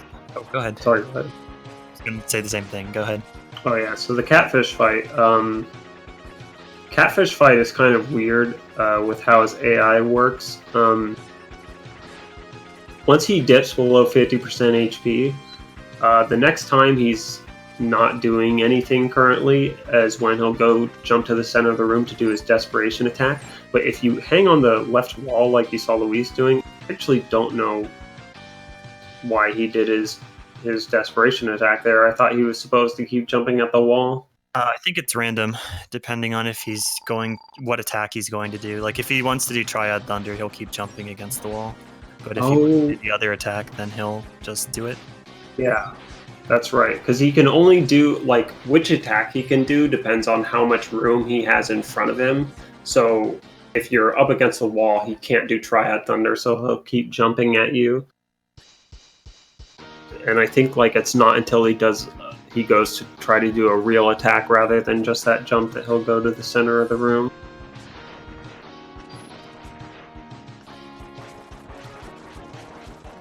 Yeah, it's a very weird fight, but you can get anywhere from like 0 drills all the way up to 7 if you're, depending on how careful you are and how unlucky you get. Yeah, and the drill, at least at the start of his desperation phase, Catfish also has an iframe reset mechanic with that drill. Once he goes into that attack, his iframes reset. Like most bosses in this game, also has some iframe reset mechanic. So Louise is fighting Bite here, Bite being the other two of the random bosses that you fight in the 8 Maverick stages. This fight is pretty interesting because the drills stay out for so long that they'll hit multiple times, but you want to finish them off with Buster. So you saw Louise hit him with drills in such a way there that the final drill despawns right before the last hit. If you mess up the fight at all, you're usually not going to be able to set that up, so you'll actually have to menu your drill off and then finish him off with Buster, but Louise made a pretty quick work of Bite there without having to do that. And now he's moving on to Vile's secret stage. So you can go to Vile's secret stage in, like, I think there's 3 places where you can go to it: buffalo stage, crawfish's stage, or catfish's stage. Crawfish's is the fastest by far. It's like 5 seconds faster than catfish. I think I said crawfish is the fastest, right? Yeah. I get those two mixed up sometimes. But yeah, you fight him here. Killing him here with one of his weaknesses, which is either Ray Splash or Spinning Blade, changes up the stages. I think just Doppler 1 or Doppler 2 in the late game. Doppler 2, yeah. And it lets you do a sequence of events that lets you get the Z Saber from 0. So doing Vile's secret stage like this, even though it takes quite a long time, a couple minutes at least, being able to 2-shot all the bosses later on presumably makes it more than worth it. I can't imagine it wouldn't, but it could be a like Shoryuken-less, who knows? Yeah, just considering that you 2-shot the Doppler 2 boss, all of the refights, Dr. Doppler, and both Sigma forms, I'm sure it's worth it.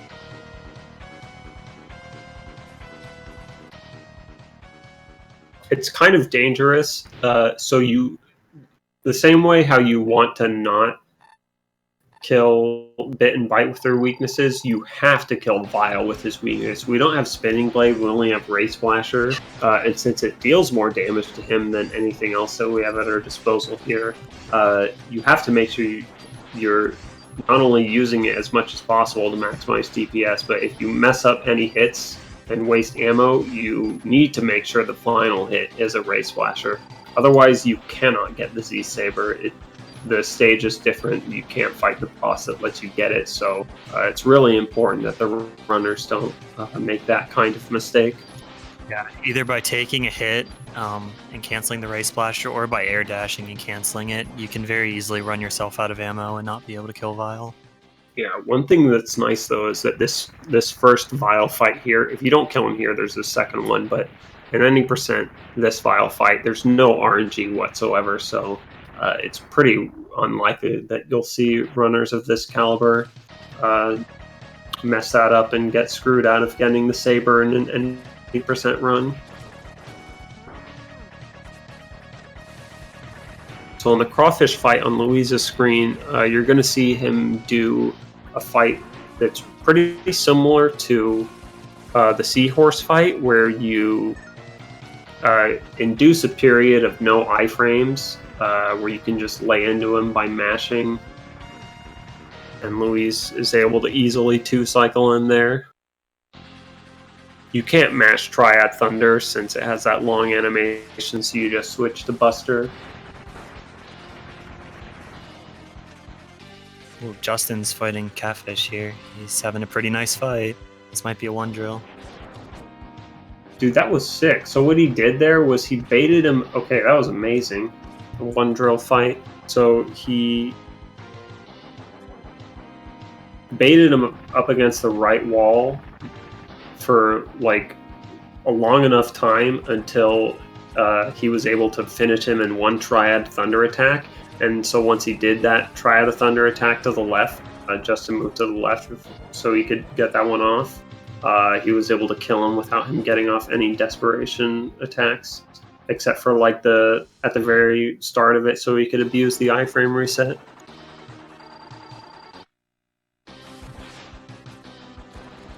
And that's something that the TASs have been doing forever, since you can just straight up manipulate RNG, but it wasn't until recently that I've seen RTA runners do a humanly viable sort of manipulation. It's not strictly RNG manipulation, but it is abusing how his AI works. Yeah, I think Justin was one of the first people to actually pioneer that strat, where you hide up against a wall and just damage boost into him.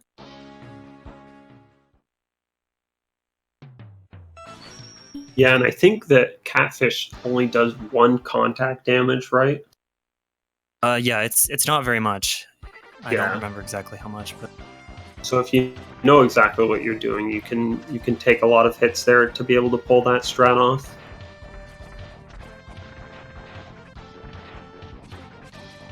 So beating Crawfish unlocks Spinning Blade, which is probably the best weapon in the game. It does a lot of damage, it's really spammable, and it can hit twice considering it has 2 projectiles. So you'll see a lot of it in the next couple stages. It's really strong. Yeah, it one-shots just about any enemy.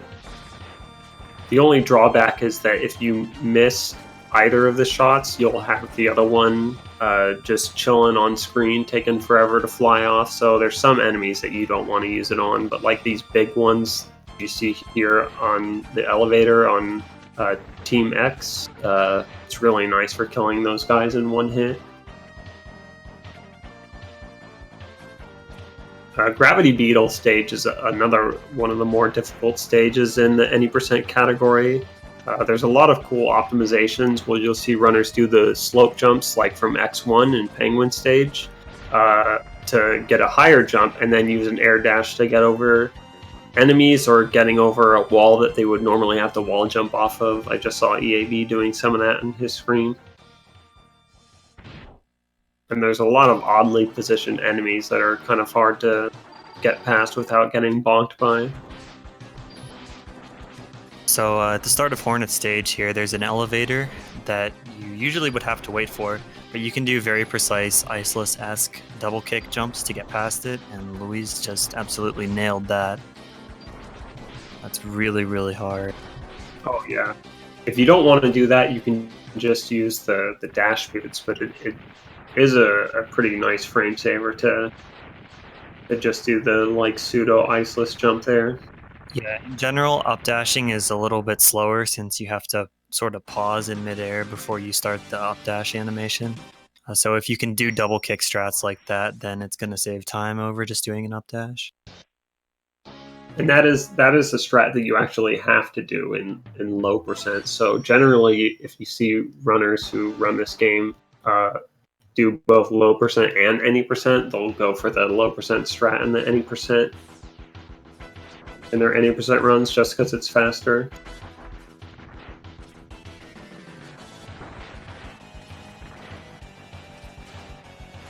So Madu attempted it once there, and then after missing it once, did the updash, which is, let's say, a fair way to go about doing it. You don't want to just get if you miss it once, like then you don't have the setup from your preceding jumps getting up to there. So it's a little bit harder to get like on the second attempt as opposed to the first attempt.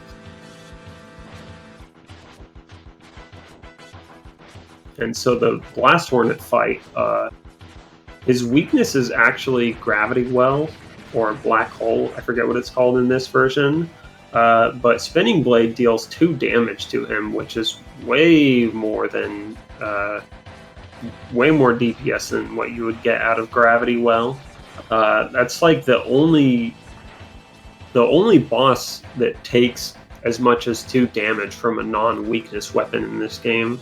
Something I forgot to mention is that a lot of bosses, their weaknesses in this game, generally does more damage than other hits, but it induces such long immunity frames on them, so generally weaknesses aren't that good on bosses. Like on a lot of different bosses, it doesn't save that much time on like Tiger or Blizzard Buffalo, for instance, or Blast Hornet there, so using Spinning Blade is a really quick way to beat him, the quickest.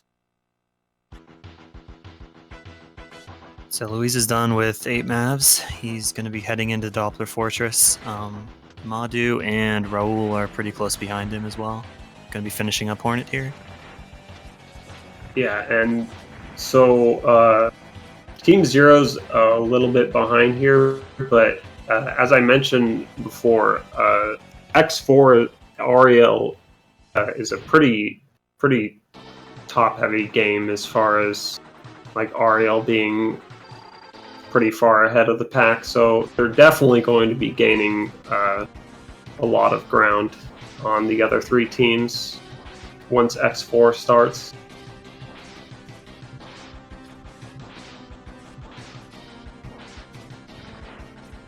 Yeah, so these Doppler stages are really, really dangerous. Like, there's a lot of spikes everywhere, and then you combine that with the high contact damage. There's a lot of ways to die in these stages, so Louise is going to have to be really careful. But yeah, coming up on the next Doppler stage is one of the hardest climbs in the X series.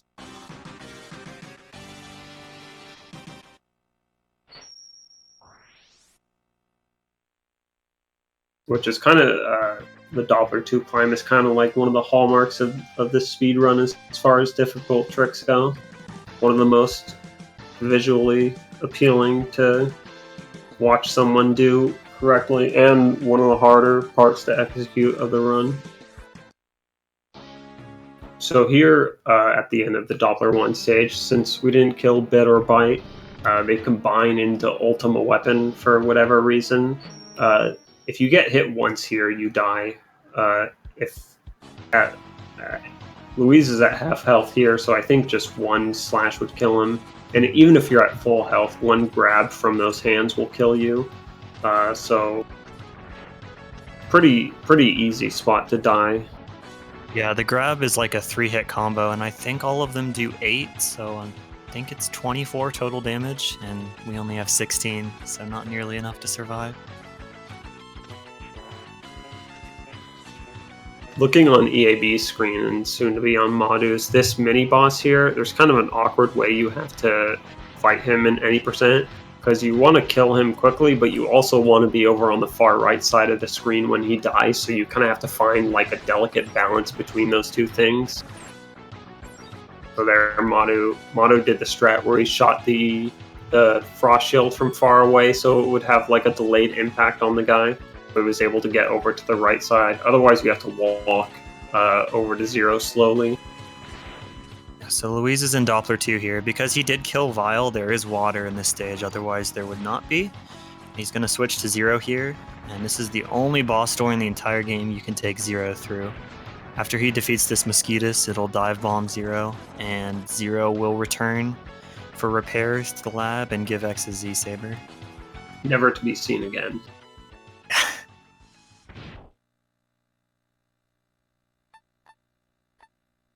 So yeah, this is the third time in this relay for each team that Zero's died.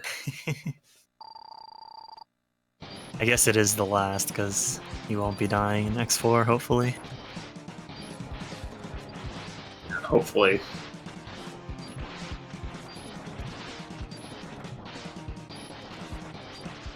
Alright, so here comes the elevator. On Louise's screen, if you'll direct your attention, the normal way to get up this elevator is to shoot the snails, and they will turn into platforms and slowly carry you up. Once Louise has full health, he's going to be attempting to combine some Saber Neons with some damage boosts and hopefully get all the way to the top.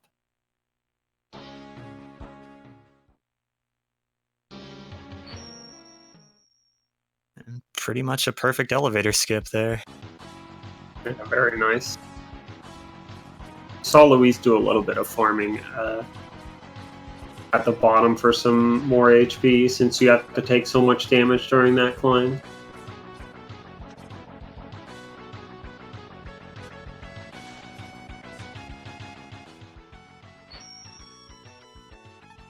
And then, as we previously mentioned, the Z-Saber does do 16 damage on contact, which is exactly half of a boss's health bar, so you do have to hit every boss twice.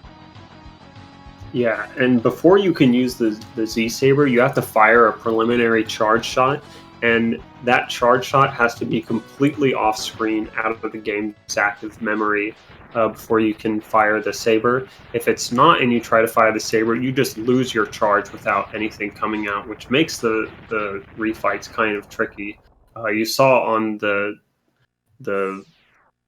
Volkurgale or whatever that guy's name is fight, the boss of the Doppler 2 stage here, you saw Louise fire the charge shot into that metal thing to dink it, because that's gets it out of the game's memory more quickly than firing it off screen. Something on EAB's screen, which he just did, which was really cool, was he actually used the After doing a wall jump, there's a certain number of frames where you're forced to be going away from the wall unless you use a Saber Slash. So he did that, used a Saber Slash to get rid of that moment of time where he was forced to go away from the wall so he could go towards the wall, and then he used a weapon swap before the saber came out to cancel the saber before it actually came out, so he was able to get over this small wall without having to do a full wall jump. Yeah, you'll be seeing that idea of saber canceling a lot in these refights. As soon as it hits, you want to be switching away to cancel it and be charging again as soon as possible.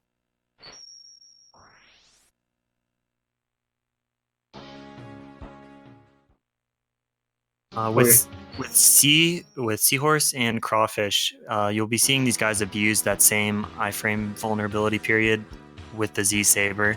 So the Z saber will be hopefully hitting them on multiple frames during that period where they have no iframes and be insta killing both seahorse and crawfish. Yeah, Z saber deals damage, 16 damage per frame, but it doesn't deal damage to stuff that's under iframes. So if you hit him during one of those periods, it'll just deal 16 on one frame, 16 on the next, and just one-shot them. You can also one-shot the mini-bosses and the Maverick stages with the Z-Saber as well because of that, but we don't see that in this category.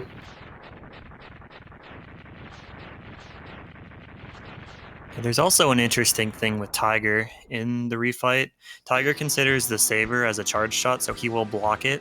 But what you can do is you can use the initial shot that you want to dump to bait his block and then hit him with a saber swing as soon as he comes out of his block animation. Oh yeah, Tiger I would say is the most finicky of the refights to do in any percent. You really want to make sure you don't get hit by one of his ray splashers. You want to make sure he's not blocking any shots, and you're not getting hit by his ray splasher as you're trying to saber him. You can waste a lot of time if you're not completely on top of things while doing that fight.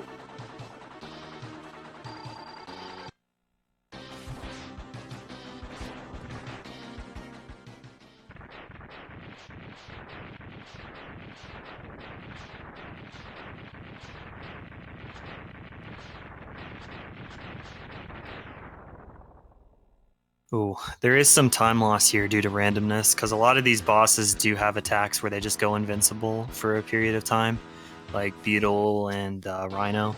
So if you happen to get that attack, you can just get unlucky and lose some time with that.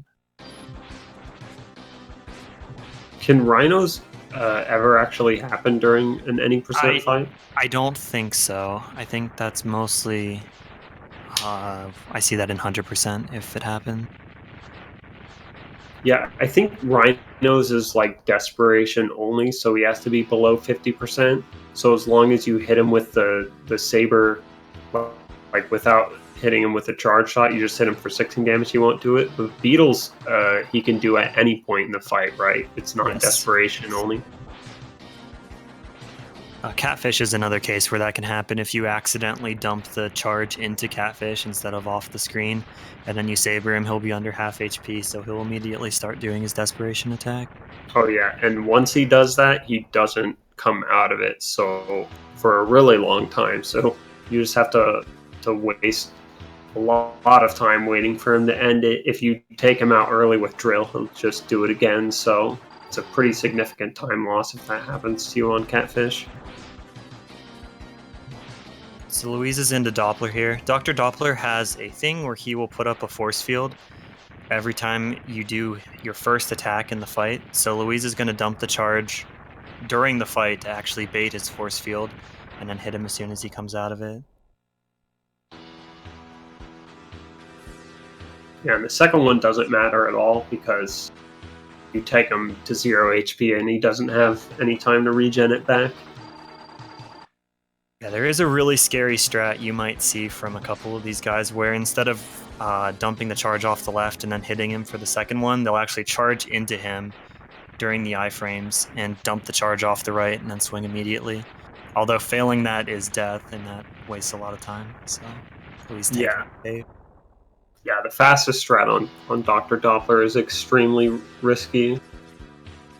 Not very advisable for a marathon, I would say. It doesn't save entirely too much time.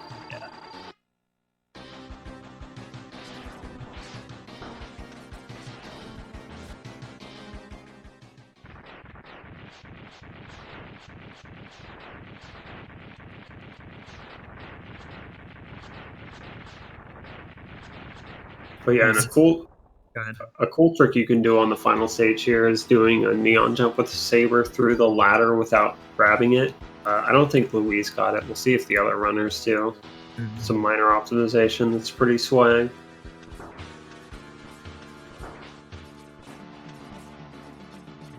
This final boss isn't too bad as long as you're careful.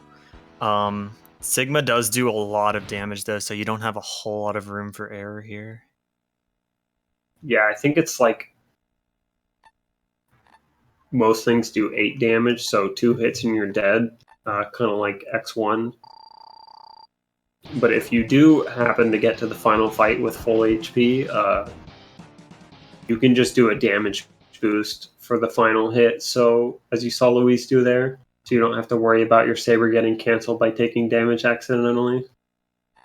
Yep. And then after Sigma dies, you have to climb and escape the Sigma virus. It takes about 46 seconds or so from final hit.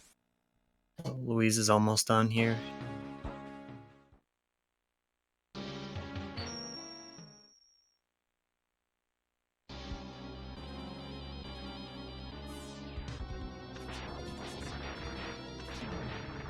Audio and Raul are both into the final stage as well. We'll see how they fare against Sigma.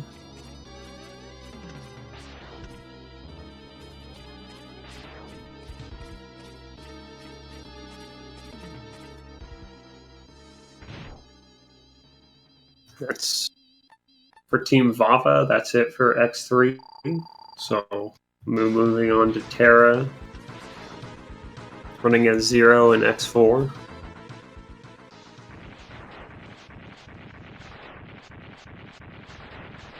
Maji took a hit on Sigma 1. It could be scary. With the standard strat, there are some... Oh, he got a safety E-tank, so he'll be able to do the D-boost strat that the other runners are doing on Kaiser Sigma.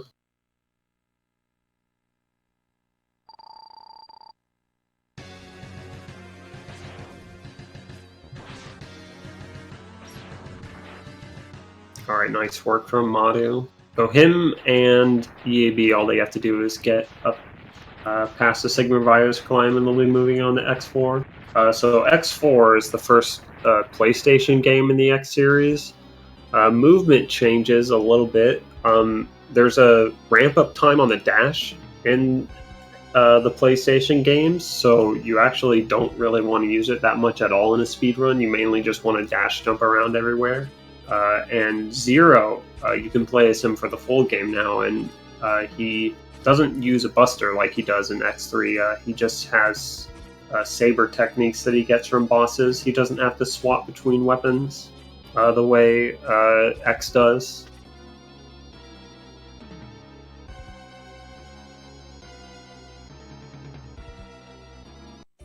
So it looks like we're seeing the first half of the intro stage on Team Sigma and Team Vava's feeds.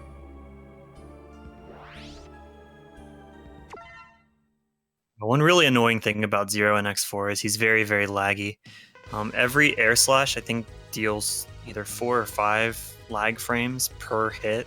So you want to be not slashing things as much as possible so you're not lagging the game out. Yeah, if you just leave the hitbox of the saber inside the boss, it'll just lag to oblivion.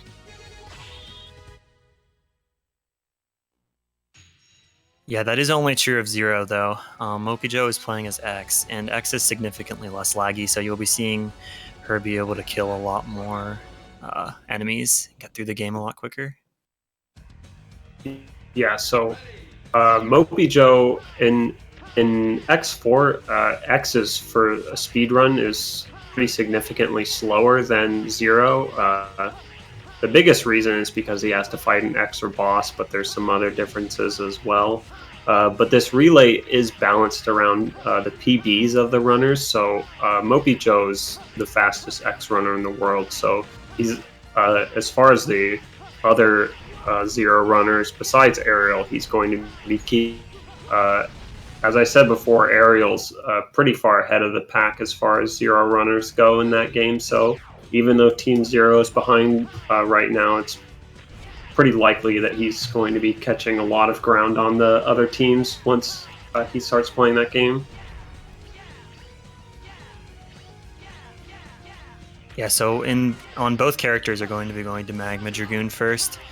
X actually does require a revisit for 100%. There's a cycle between Dragoon, Spider, and Owl if you want everything. Zero doesn't have to revisit anything. It just so happens that going to Dragoon first is going to be the fastest way to beat the game. Yeah, I think Zank went to Jet Stingray here. That doesn't really change anything as far as boss weaknesses go for Zero. It's kind of just like a thing that it's like doing Tiger first in X3 any percent. You just get RNG out of the way early because it doesn't, like, it affects frame savers. It doesn't affect boss weaknesses or anything. And so on Team Vava screen here, you're going to see Terra doing some slash dash canceling, or SDC for short. In this game, since Zero's standard slash is a 3-hit combo, the first two don't induce boss iframes because the developers wanted you to be able to use the full combo on bosses. So if you just use the first slash or the first two sometimes, do a dash to interrupt your combo and then slash again, you actually never put the boss under iframes, and you can just effectively mash dash and slash alternating at a specific interval to kill bosses really quickly.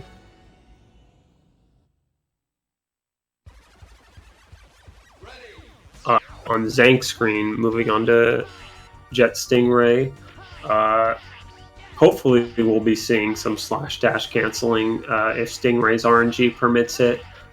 You can only slash dash cancel stuff if they're on the ground. And Stingray will only go on the ground if he does a specific attack during his desperation mode, which is like sub 50% HP, I think. Yeah. It looks like the feed on Zank's is a little bit off. I don't think we can see the left side or the top part of his screen. It's like Justin now finishing up X3 for Team Zero, so nice job by him. So all 4 runners are on X4 now. Yeah, so the Dragoon fight is pretty sort of similar for X. Mopi's going to be using half charges, which deal 2 damage compared to the full Buster charge, which deals 3. Dragoon's iframes are too short to be able to get full charges in, so they're just going to be following Dragoon around and hopefully hitting him with half charges every time his iframes run out. And it looks like Stingray did cooperate for Zank. So he's moving on to Dragoon now.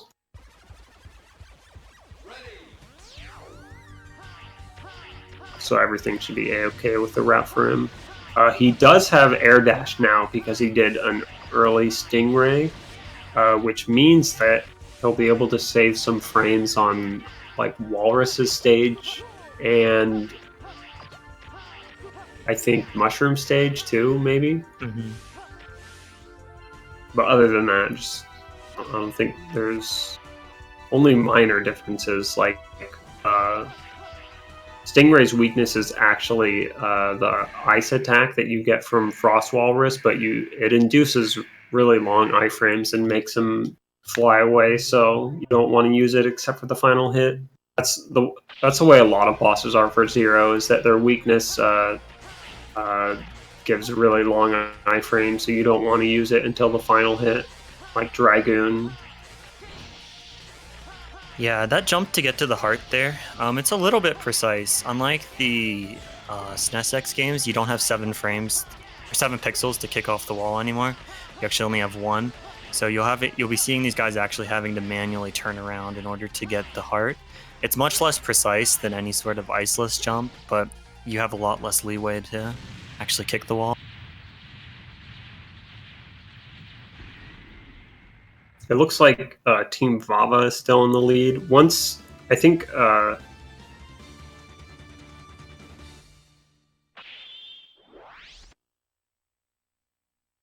we won't know for sure which teams are in the lead until like later on in the run, once everyone gets on the like the final the end game stages.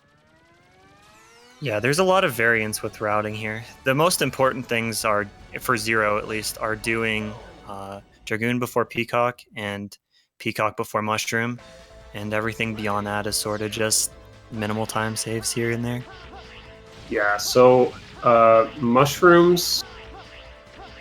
Is it Mushroom or Peacock who gives you the spin slash? Mushroom. Mushroom gives spin slash and double jump. Yeah, so that attack actually it does more damage to some things and less damage to other things. So you want to do Peacock before Mushroom because that attack deals less damage to Peacock. Even though it's an upgrade, but you can't do the standard air slash anymore once you get the pizza cutter spinning slash.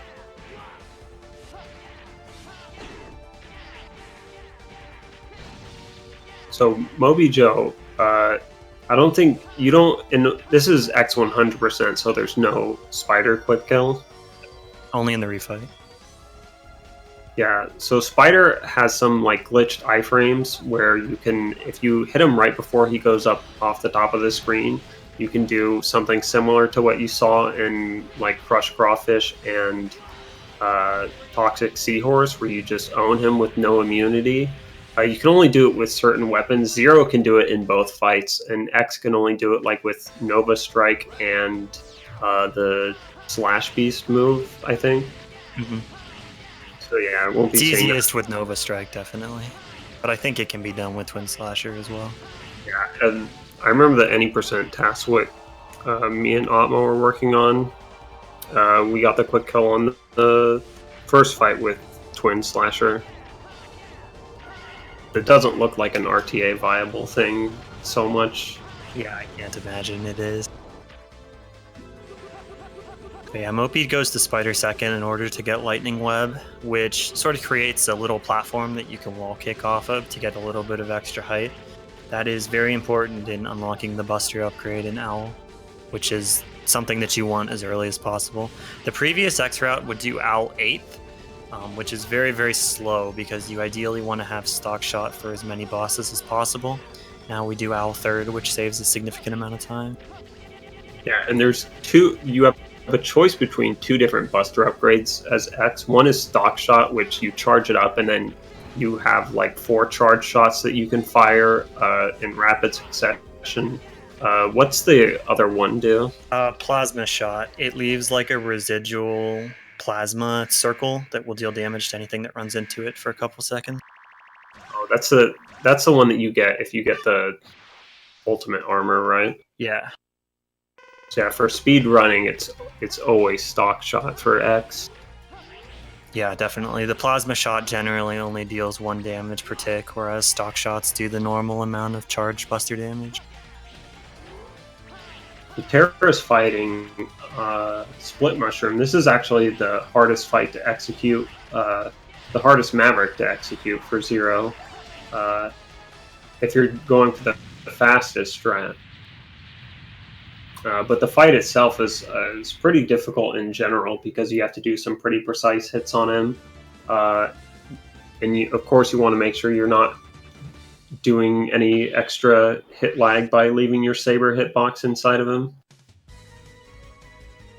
Yeah, so Mopey Joe's going to be bustering Storm Owl here, which is the hardest fight for X, at least the hardest Maverick fight for X.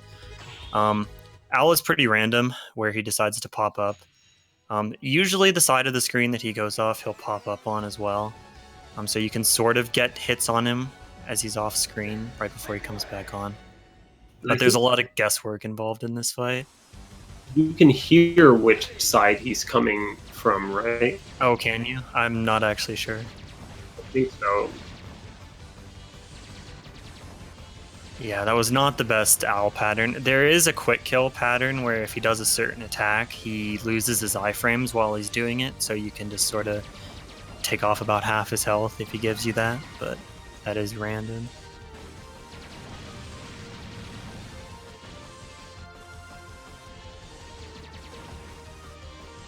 So Zank doing the hardest climb in the game for Zero. Split Mushroom stage is in general the hardest stage execution-wise for Zero. There's like 4 hard Maverick stages and 4 easy ones. Split Mushroom, Walrus, Slash Beast, and Web Spider are all really difficult in my opinion, and the other 4 are pretty easy execution-wise.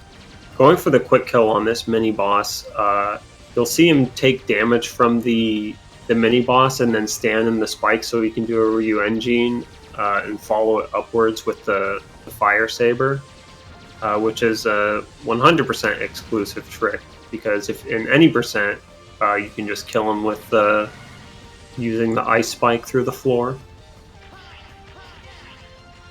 Yeah, that's one of the major differences between any percent and 100%, and there aren't very many. One of the ones is that you can have like Headfield said, the ice spike, which saves a pretty large amount of time on the mid boss if you can do Walrus second. Fortunately, you saw Mopey Joe pick up a little like sub-tank looking thing about halfway through that stage. That's an EX tank. It gives you additional lives if you game over, which is not particularly useful in a speed run, but it is a permanent item, so it's required for 100%.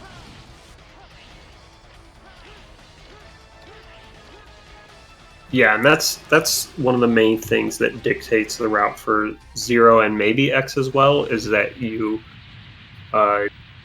can get that like just by doing an iceless type wall jump like you would see in X1 on the Kuwanger heart, but it's like impossible in this game for humans. It's insanely difficult. Like, people have done it, but nobody does it in runs.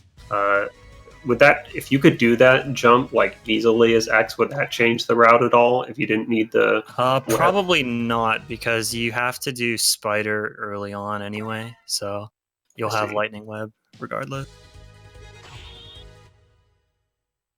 The most important thing is doing Walrus before Colonel, so you have to do him in one of the first 4.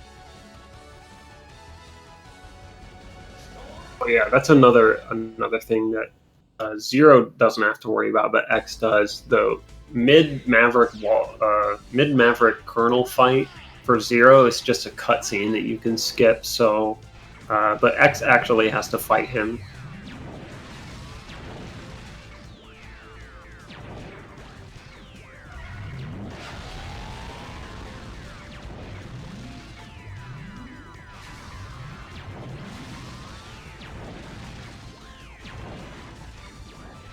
Yeah, the difference is probably about a minute. I think the Colonel fight takes probably about a minute 15.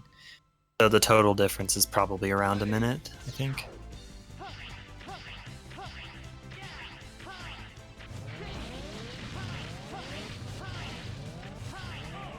Wait, do you think X would, if there was no Colonel fight for X, do you think X would be faster or slower than? If you remove the Colonel fight and you remove the armor capsules, then it would probably be a lot closer. I still think Zero would be faster, but it would probably be in the ballpark of 15 to 30 seconds instead of 2 minutes like it is now.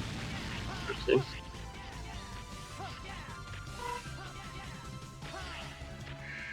Alright, so here's the Colonel fight. Colonel's kind of interesting. He does like a Neon Tiger sort of thing, where whenever he swings, his iframes reset whenever he moves to a different animation.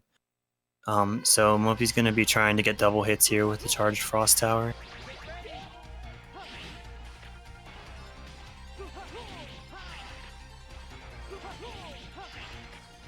And just like the iframe glitch on Owl that Orsa was talking about for X with Nova Strike, Zero has one as well, but it's in the form of his third slash in the combo. It deals damage to him per frame, and I think you can hit him up to 5 frames with it, so it deals a lot of damage if you're able to time it correctly. But if you hit him with the second slash by mistake, you give him iframes, and you can't hit him with the third slash at all, so it's a kind of precise trick to do to maximize your damage on that, to get every tick of it in. So Ariel working on Split Mushroom stage here. In addition to the climbs in this stage being pretty hard, these stair rooms are difficult to do as well. There's a lot of enemies that are flying at you, and you can either deal with them by jump slashing them or ground slashing them and jumping immediately after. Ground slashing them and jumping immediately after is faster because it doesn't deal the hit lag that the air slash does, but it's a lot harder to do. And there's a lot of the movement in Zero is based around the hit lag that the air slash causes. So, like in some instances, you'll just take a damage boost from an enemy, and then that gives you iframes to move through a bunch of other enemies, or you might try to narrowly dodge enemies to avoid slashing them with the hit lag, or sometimes you'll just have to take the hit lag. Or sometimes like ground dash underneath them to take the 7 frames startup time of the ground dash. Yeah, so Zank went into the spider fight there, attempted the quick kill. He got kind of a bad spawn from Spider, which I think that's not random, is it? Where he decides to drop down from? It is random. Oh, it is random? Okay. Yeah. You can affect his probabilities, but you can't manipulate him. He usually tries to come down away from you. He doesn't like to come down right next to you, but there's no guarantees. So you usually just guess that he's going to come over all the way on the left and just hope that that's actually what he does. Probably see Terra going for it here. It's really difficult to execute, and it's RNG dependent. Yeah, you want to be hitting him as soon, like right before he leaves the screen, because you want to have him having iframes while he's off the screen. Yeah, and all 4 of the teams I think are doing different routes. Zero's route, as far as his weaknesses go, is pretty. There's a lot of leniency, so most runners don't all do the same route. So we're not exactly sure who's in the lead yet. We'll know for sure once they get to the Sigma stages, with the exception of, the Sigma stages will take a different amount of time for Moby Joe since he's playing as X.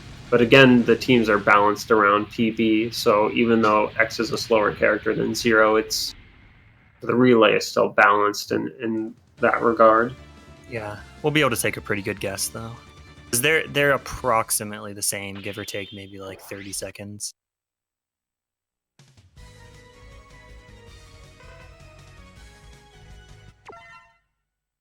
So Ariel and Mopey are both in Slash Beast here. This stage is actually really difficult. There's a lot of enemies and a lot of weird terrain to navigate. Oh, and these bots, you really don't want to be slashing them as Zero. So you'll notice Ariel just taking, most of the time he'll just be taking damage boosts and then jumping through enemies with iframes. So here you're going to see him use the pizza cutter slash to kill this mini boss really quickly. Since it does deal damage per frame, what he's doing is when the slash is in front of him until it goes 180 degrees, he's facing forward, and then he turns backwards for the remaining while the slash is behind him. So it's pretty hard to do, especially because there's a lot of hit lag being generated from the slash to get the turnarounds exactly when you want them. So there's a couple mini bosses and bosses like that where you have to do the perfect turnarounds with the pizza cutter slash, like the Storm Owl mini boss, that mini boss on Slash Beast, the spider quick kill. Here we're going to see it on Terra's screen. And once you know that the boss is about to die, you can finish him off with a Ryu engine.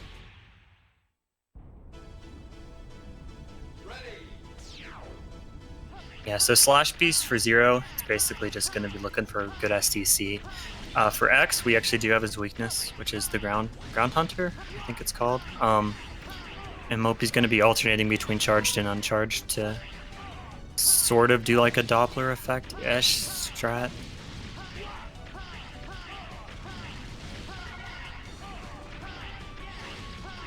I think if that's what it is, you could probably save like more frames on it by doing the back and forth movement, I would think. Probably. I know we messed around with that a bit, and it almost always comes out faster to stop doing charges at some point, and I'm not really sure why. Interesting. I remember in the any percent task with Buster, it was essentially like the same fight as the SNES X Buster fights, where you move back and forth with the charged and uncharged Buster shots. Yeah, you could probably make something work that's a little bit more complicated and save some frames. Because that fight is very straightforward right now. So Mopi's doing his refight here. He picked up Slash Beast's weapon, which is the Twin Slasher, which is what he needs to access the armor capsule on Dragoon. So he's going to be doing that here to get the Nova Strike.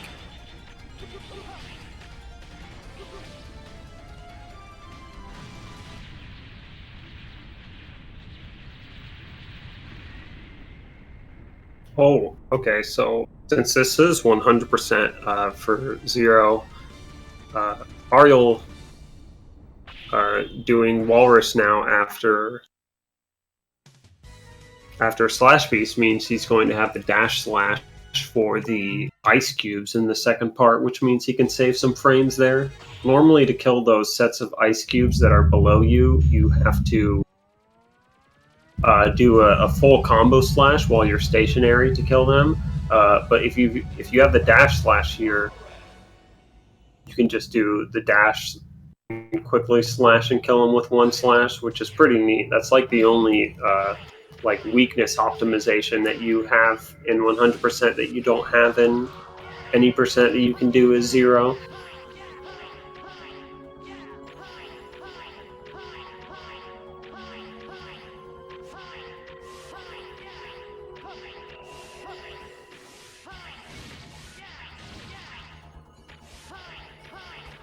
This mini boss here on Frost Walrus's stage is pretty annoying. He can just troll you pretty hard with RNG. Hopefully he decides to keep his eye open.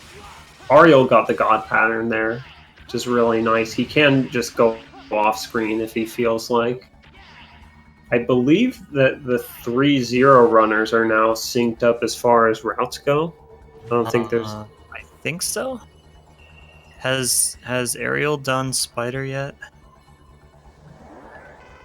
I don't remember. Yeah, I'm actually. not sure on that one. Terra getting trolled by the mini boss there, unfortunately. So when it's on the ground there, just SDC it until it's low enough to kill with a final Ryu-Engine. Oh, maybe it's Owl. I think Ariel might do Owl last, now that I think about it.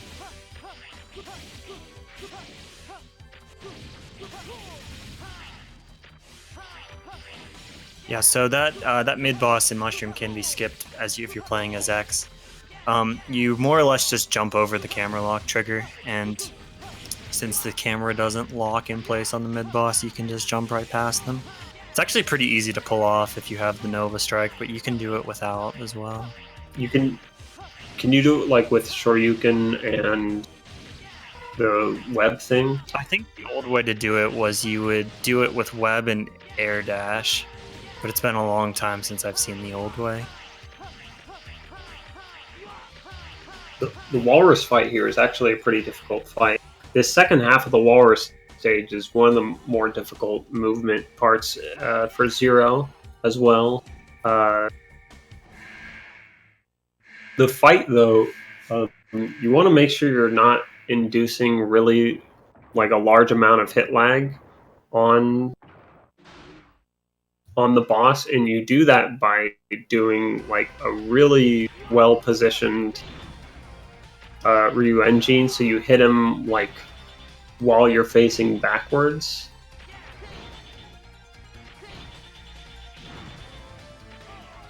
But you don't have to do that if you don't want to. You can just cause a little bit of extra hit lag per each slash. I think the difference is, I forget what it is exactly, but it would have to be at least a second, I would imagine. And there's also a double hit, thanks to an iframe reset that you can do in the middle of the fight as well, similar to like on Catfish and X3, or on Tiger or Catfish, his iframes reset when he changes an animation pose. Yeah, as difficult as as Mushroom is in the 0 route. You just saw Mopey. That's how easy he is on the X route. You more or less just stun lock him with Lightning Web. And Zank doing the really difficult strat there where he gets ahead of him and uses the backside of the Ryu engine to hit him. That's really difficult to do, and you have to like dash right before you use the Ryu engine, so you have dash speed after. So yeah, it looks like Team Vava is still in the lead after the... Yeah. I think Zank, I think this is his last stage? If so, Yeah. He's not that far behind. I think this is the last stage for Ariel as well, or does he have one No, more? he has Owl left after this. Okay. And this is Mopey's last stage with Peacock. So the Colonel fight for 0, just like Walrus, whenever he changes pose, he actually resets his iframe, so you can get double and triple hits with the Hyoretsus on.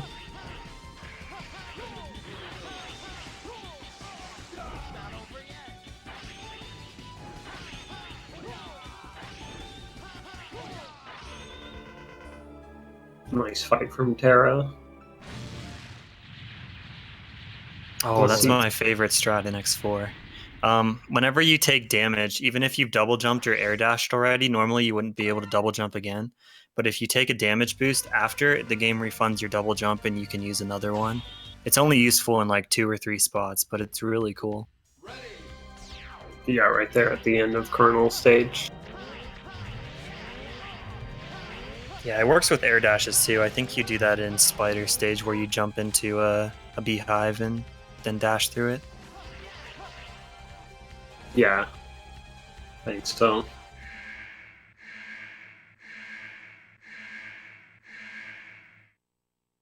Terra moving onto the Iris fight where 0 gets to find out what he's fighting for, or question what he's fighting for. I don't know if he actually ever figures it out or not. Stay with me, brother. She's only vulnerable when she has that purple crystal thing out, but you have to hit her, I think, to make it spawn. I'm not sure. You hit her to keep her up against the wall, and you hit the crystal to damage her.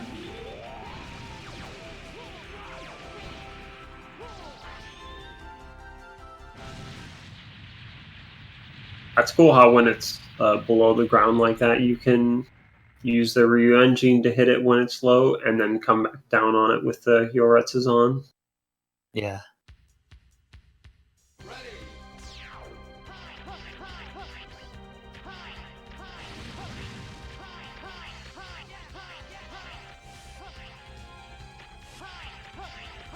So there's 2 routes here go to general. I think all of our players are probably going to take the bottom route. It's faster, but it is a little bit harder.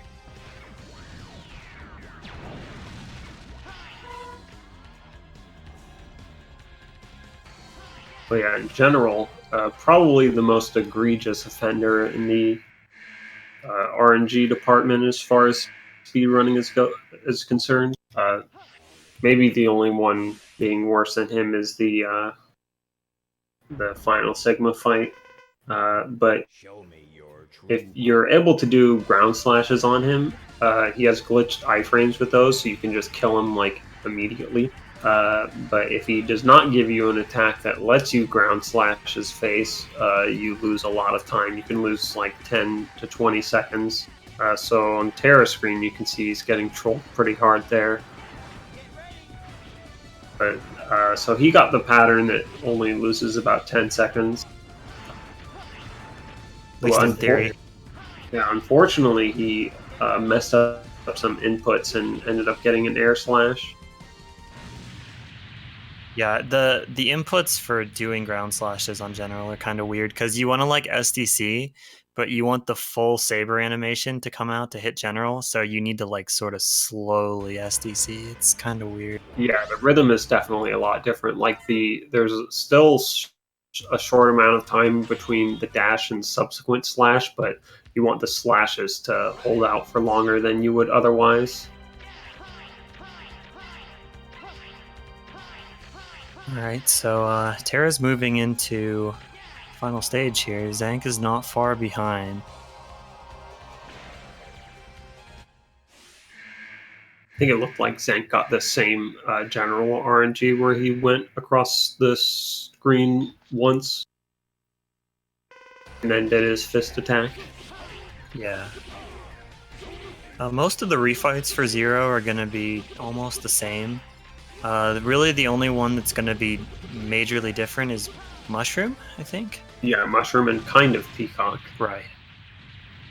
Yeah, as we mentioned before, since the Pizza Cutter attack deals less damage to actually both those bosses, you get it from Mushroom, but it deals less damage to himself and the Peacock, so it changes how you fight those bosses. Mushroom, you're actually going to see some use of the lightning attack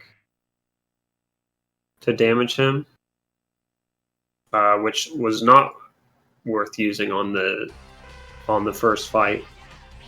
I don't even think you had it for the first fight, but even if you did, it wouldn't have been worth using. Yeah. So Mopi's fighting Double here instead of Iris. Double's actually a pretty fast fight. You pretty much just spam his weakness at him and try not to die, because he does do a fair bit of damage between his contact damage and his big wave slash attack. Yeah, try not to get recycled. It looks like Spider's not cooperating with anyone in the refight or in the first fight. See, Zank? No, unfortunately. Yeah, so there you saw him guess that Spider was going to come down over to the left, and of course Spider came down on the right. It's pretty rare, RNG-wise, to get a pattern that makes that quick kill doable consistently. Yeah, General with X is a lot less RNG dependent. You can pretty much just hit his head with Twin Slasher, although the hitbox of Twin Slasher and the hitbox of General's head generally don't cooperate. So you need to sort of be pretty precise with your placements to hit him.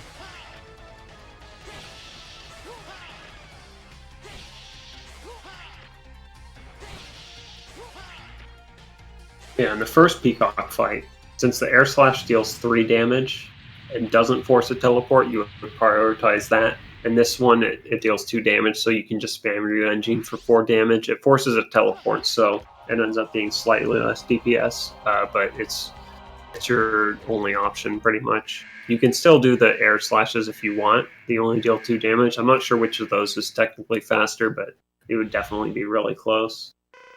The Stingray fight here is pretty much exactly the same. The only difference being you now have Fioretz's on for the final hit, which deals 4 damage. It's hard to pull it off to where you're doing like perfect SDC and then get a 4 damage hit on the final hit. So a lot of runners just opt out of it, but it is a nice little optimization to go for sometimes. So Mopi's going to be starting with Spider on the refights here. The reason for that is because we want to be able to get 2 Nova strikes. So hopefully they'll be taking enough damage throughout the refights to refill the Nova by the time we get all the way around to Owl. The first Nova here is going to be used for the quick kill, which is thankfully a lot less RNG dependent than it is with Zero. And except for that pattern. That's terribly unlucky if he comes down all the way on the left.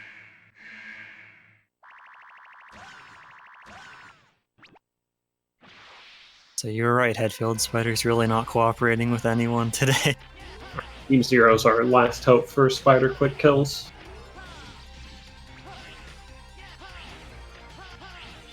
Alright, looking at Team Fava, you'll see him do... he'll use like the first 2 parts of the slash combo, the first 2 slashes, and then he'll use the lightning strike instead of the third slash in the combo, which is the fastest way to do damage to split Mushroom there. But it's really hard to pull off. You need really good timing and positioning so you can get them off before he hits you. Alright, let's go, Oriole. Let's see it.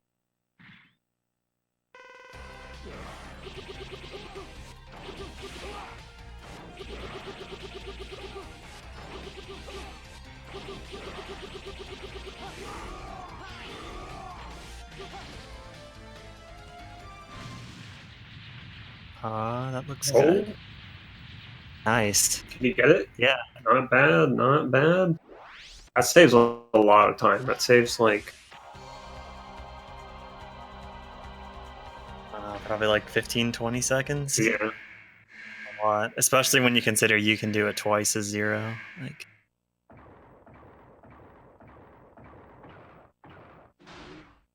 And there, Mopey Joe using the Nova Strike with the iframe glitch on Storm Owl.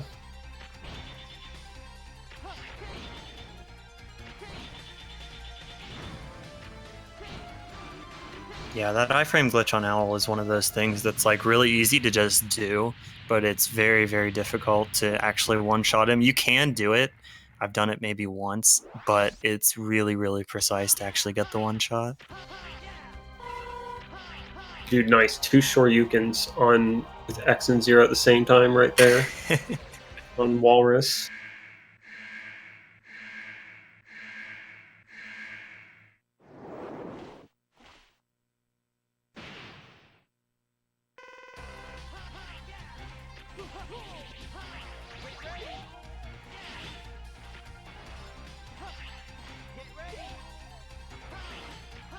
So I think Terra's on his final boss, looks like. Zank is entering his final refight as well, so this could be pretty close depending on what Sigma decides to do. Yeah, and so the third phase of Sigma for 0 can vary, like, from best to worst. I think it's maybe 20 seconds at least. Yeah, I think so. So the end game here is very RNG heavy. Unlike X1 and X3, there isn't really that much risk of dying, though, especially because the runner should have close to, or if not a full E-tank at this point.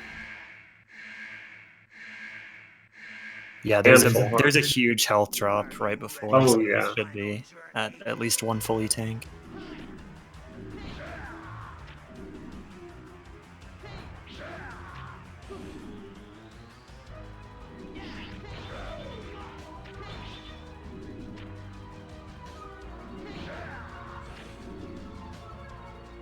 So the first phase of Sigma here is pretty nothing. You just want to hit him with a Ryu engine every time he appears. You can get double hits whenever he does his big sweep attack. And if you get all of the hits that you should, he should go down in 2 cycles.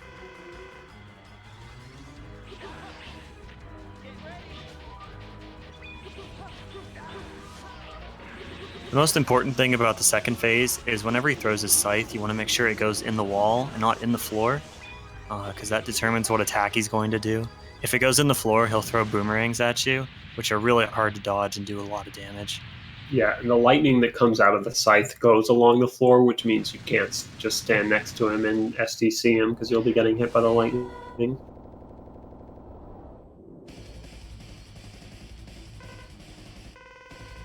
But really close between Team Sigma and Team Vava. Even if Terra perfectly executes, I think the teams are close. So he does get the good RNG here. Going for the ugly face one cycle, this is extremely difficult to do. He gets them down to about like a third or 25% HP. When you do get an extra cycle for either Sigma head, you get an additional like blue, red, yellow phase. So Zank here going for the ugly face one cycle. Doesn't look like he's going to get it after that first bar. Yeah, he took an extra hit and it cost him. Oh my good god. Yeah. Got him down to like 1 or 2 slashes from dead. That was really surprising given that he didn't get any damage on before he got sucked in. Yeah, the most important thing to getting that one cycle is to make sure that you don't want to be canceling your first saber hit, you want to be canceling your second one. And the rhythm for that is a lot more difficult and less forgiving. especially since Sigma's throwing garbage at you the whole time. Yeah, one thing that Oops. you can do that's kind of nice is you can use double tap dashes. So Team Vava coming in first place with looks like just under 2.5 hours. Very So nice. congrats to Walrus, Nero, Louise, and Tara. Team Sigma coming in at second. Looks like 229.40. So congrats to Zam, Tokyo, EAB, and Zenk.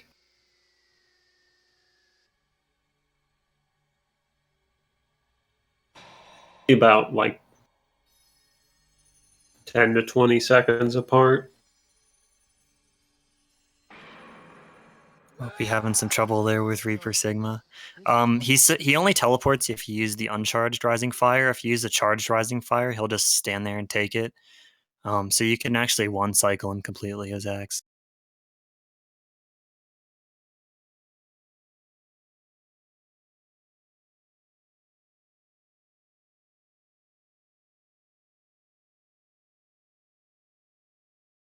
And I think X has a little bit less RNG for Final Sigma because he can't one cycle the ugly face the way Zero can. Yeah, it's it's like basically task only to two cycle it as well. Like it's really hard to get all the ground hunters in.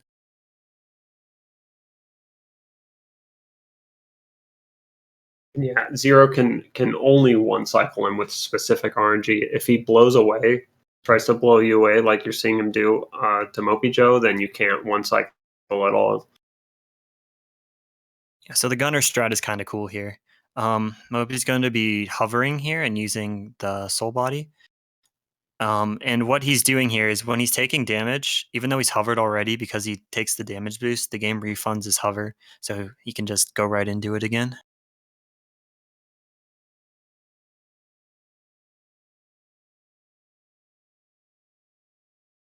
And one more red, yellow, blue cycle, and Sigma should be done. Oh, interest. X doesn't have any way of killing the red, yellow, blue guys quickly enough, does he? Um, he does, but it requires the charged rising fire, which you really only have enough ammo to do it once, usually.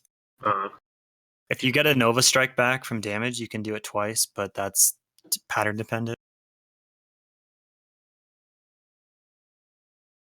the Gunner Sigma is actually pretty difficult for Zero. Looks like Team X about to finish. So very nice from Team X. Looked like a 2 hour, 32 minute, 15-second finish.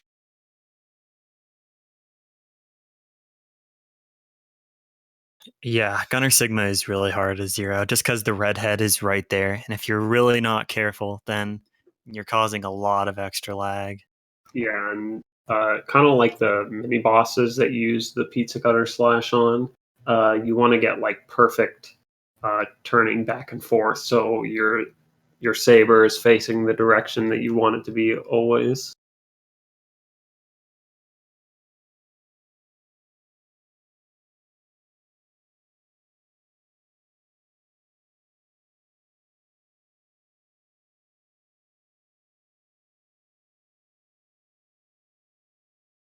And Ariel's Team Zero, looked like a 2:33:11, so really close between all four teams for such a 2.5 hour long relay. Definitely. Really good race. So let's see, do we want to get some winners interviews in here?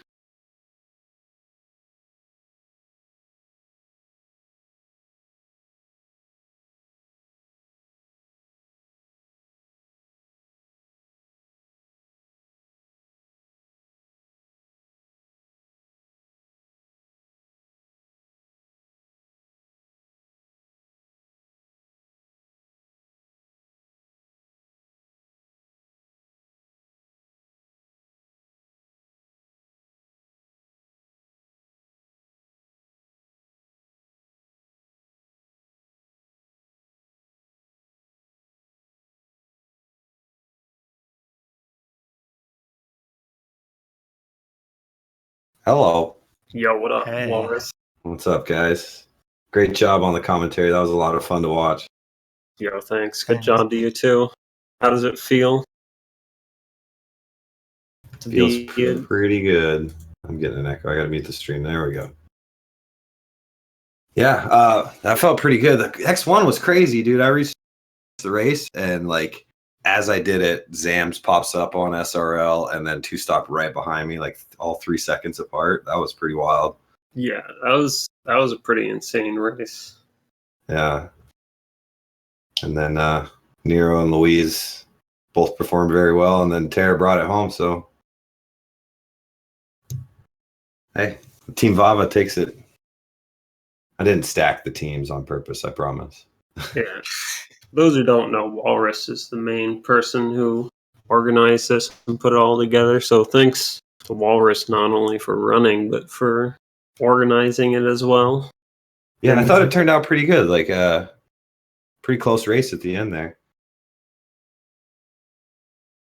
So that was the goal, just to put on a good show, right? That was the whole point. Yeah, not bad. But it also Not bad. feels pretty good to win. So, you know, I want to say thanks to like Speed Gaming and Feasel and those guys. Feasel and I talked about this relay back at SGDQ, and I kind of floated the idea out there. It didn't really bite at first, but then JC for Speed Gaming came to the Discord and brought it up again and got me motivated to sort of get the ball rolling, and worked out. Unfortunately, we weren't able to get, you know, X5 through 8 into this relay, but the idea was to just try to get this one done and then hopefully have another relay sometime in the near-ish future to feature the rest of the games. Maybe just do those 4, or maybe do the whole series all at once would be ideal. So, you know, if you want to get in a relay, start getting good at some of those later X games. They were a little light on the submissions was the main issue, not being able to get those in. We'll have to get the Sid to help us in the relay. He plays the relay. Yeah, sure you can list Sid. Do you want to plug the Discord or anything? Oh yeah, we've got a community where for all your Mega Man X needs, it features all the X games, including Maverick Hunter X. It's got command mission channels, extreme channels, and stuff like that. Good for getting help with stuff and just like organizing things like this. A lot of the announcements come through there. I'll drop a link in the chat if I can find the permanent one.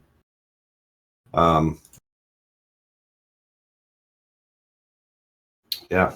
I just want to say thanks to like everybody who participated. It was kind of a pain to put this thing together, honestly, just because like you got 16 runners from all over the world with all sorts of different schedules and stuff, and for everybody to come together at one time and be able to do this relay, I thought was pretty awesome. It was a lot of fun. So, where is that link?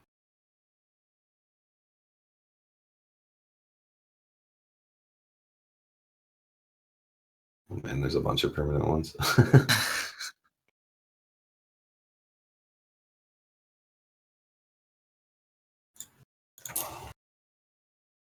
But yeah, I don't know what else to say other than, oh, there is an X4 tournament coming up. That's another thing. Like when I was thinking about what to do with X4, I thought it would be super cool to feature X, not only because I think it's a cool run, but like there's this tournament coming up. I don't know what category they've decided on or route or anything. I don't think they have.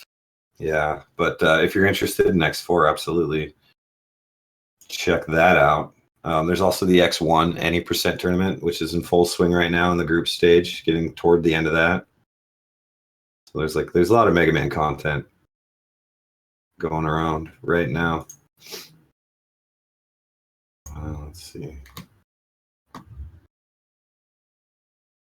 I guess this link works. I don't even know how to work this Discord. No, that's not it. Oh my gosh. Let's make a new one. Forget it.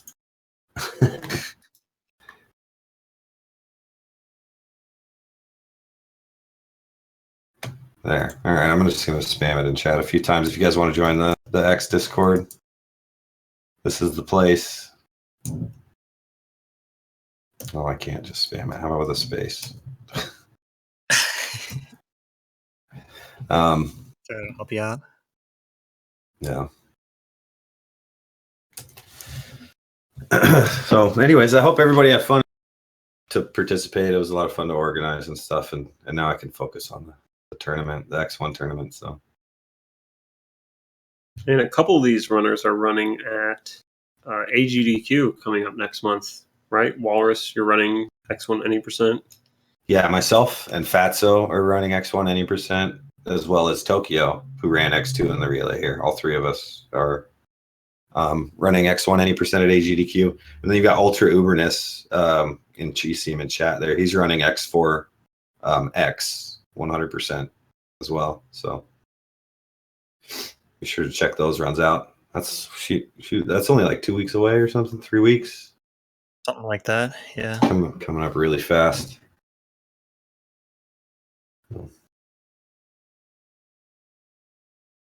I guess that's it for me. Thanks again, guys. You guys did a great job on.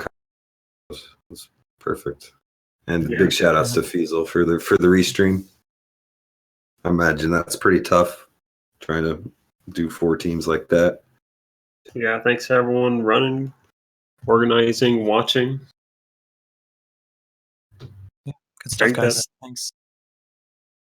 Yeah. All right, GG's, everyone. I'll see you next time. All right, see you later, Walrus.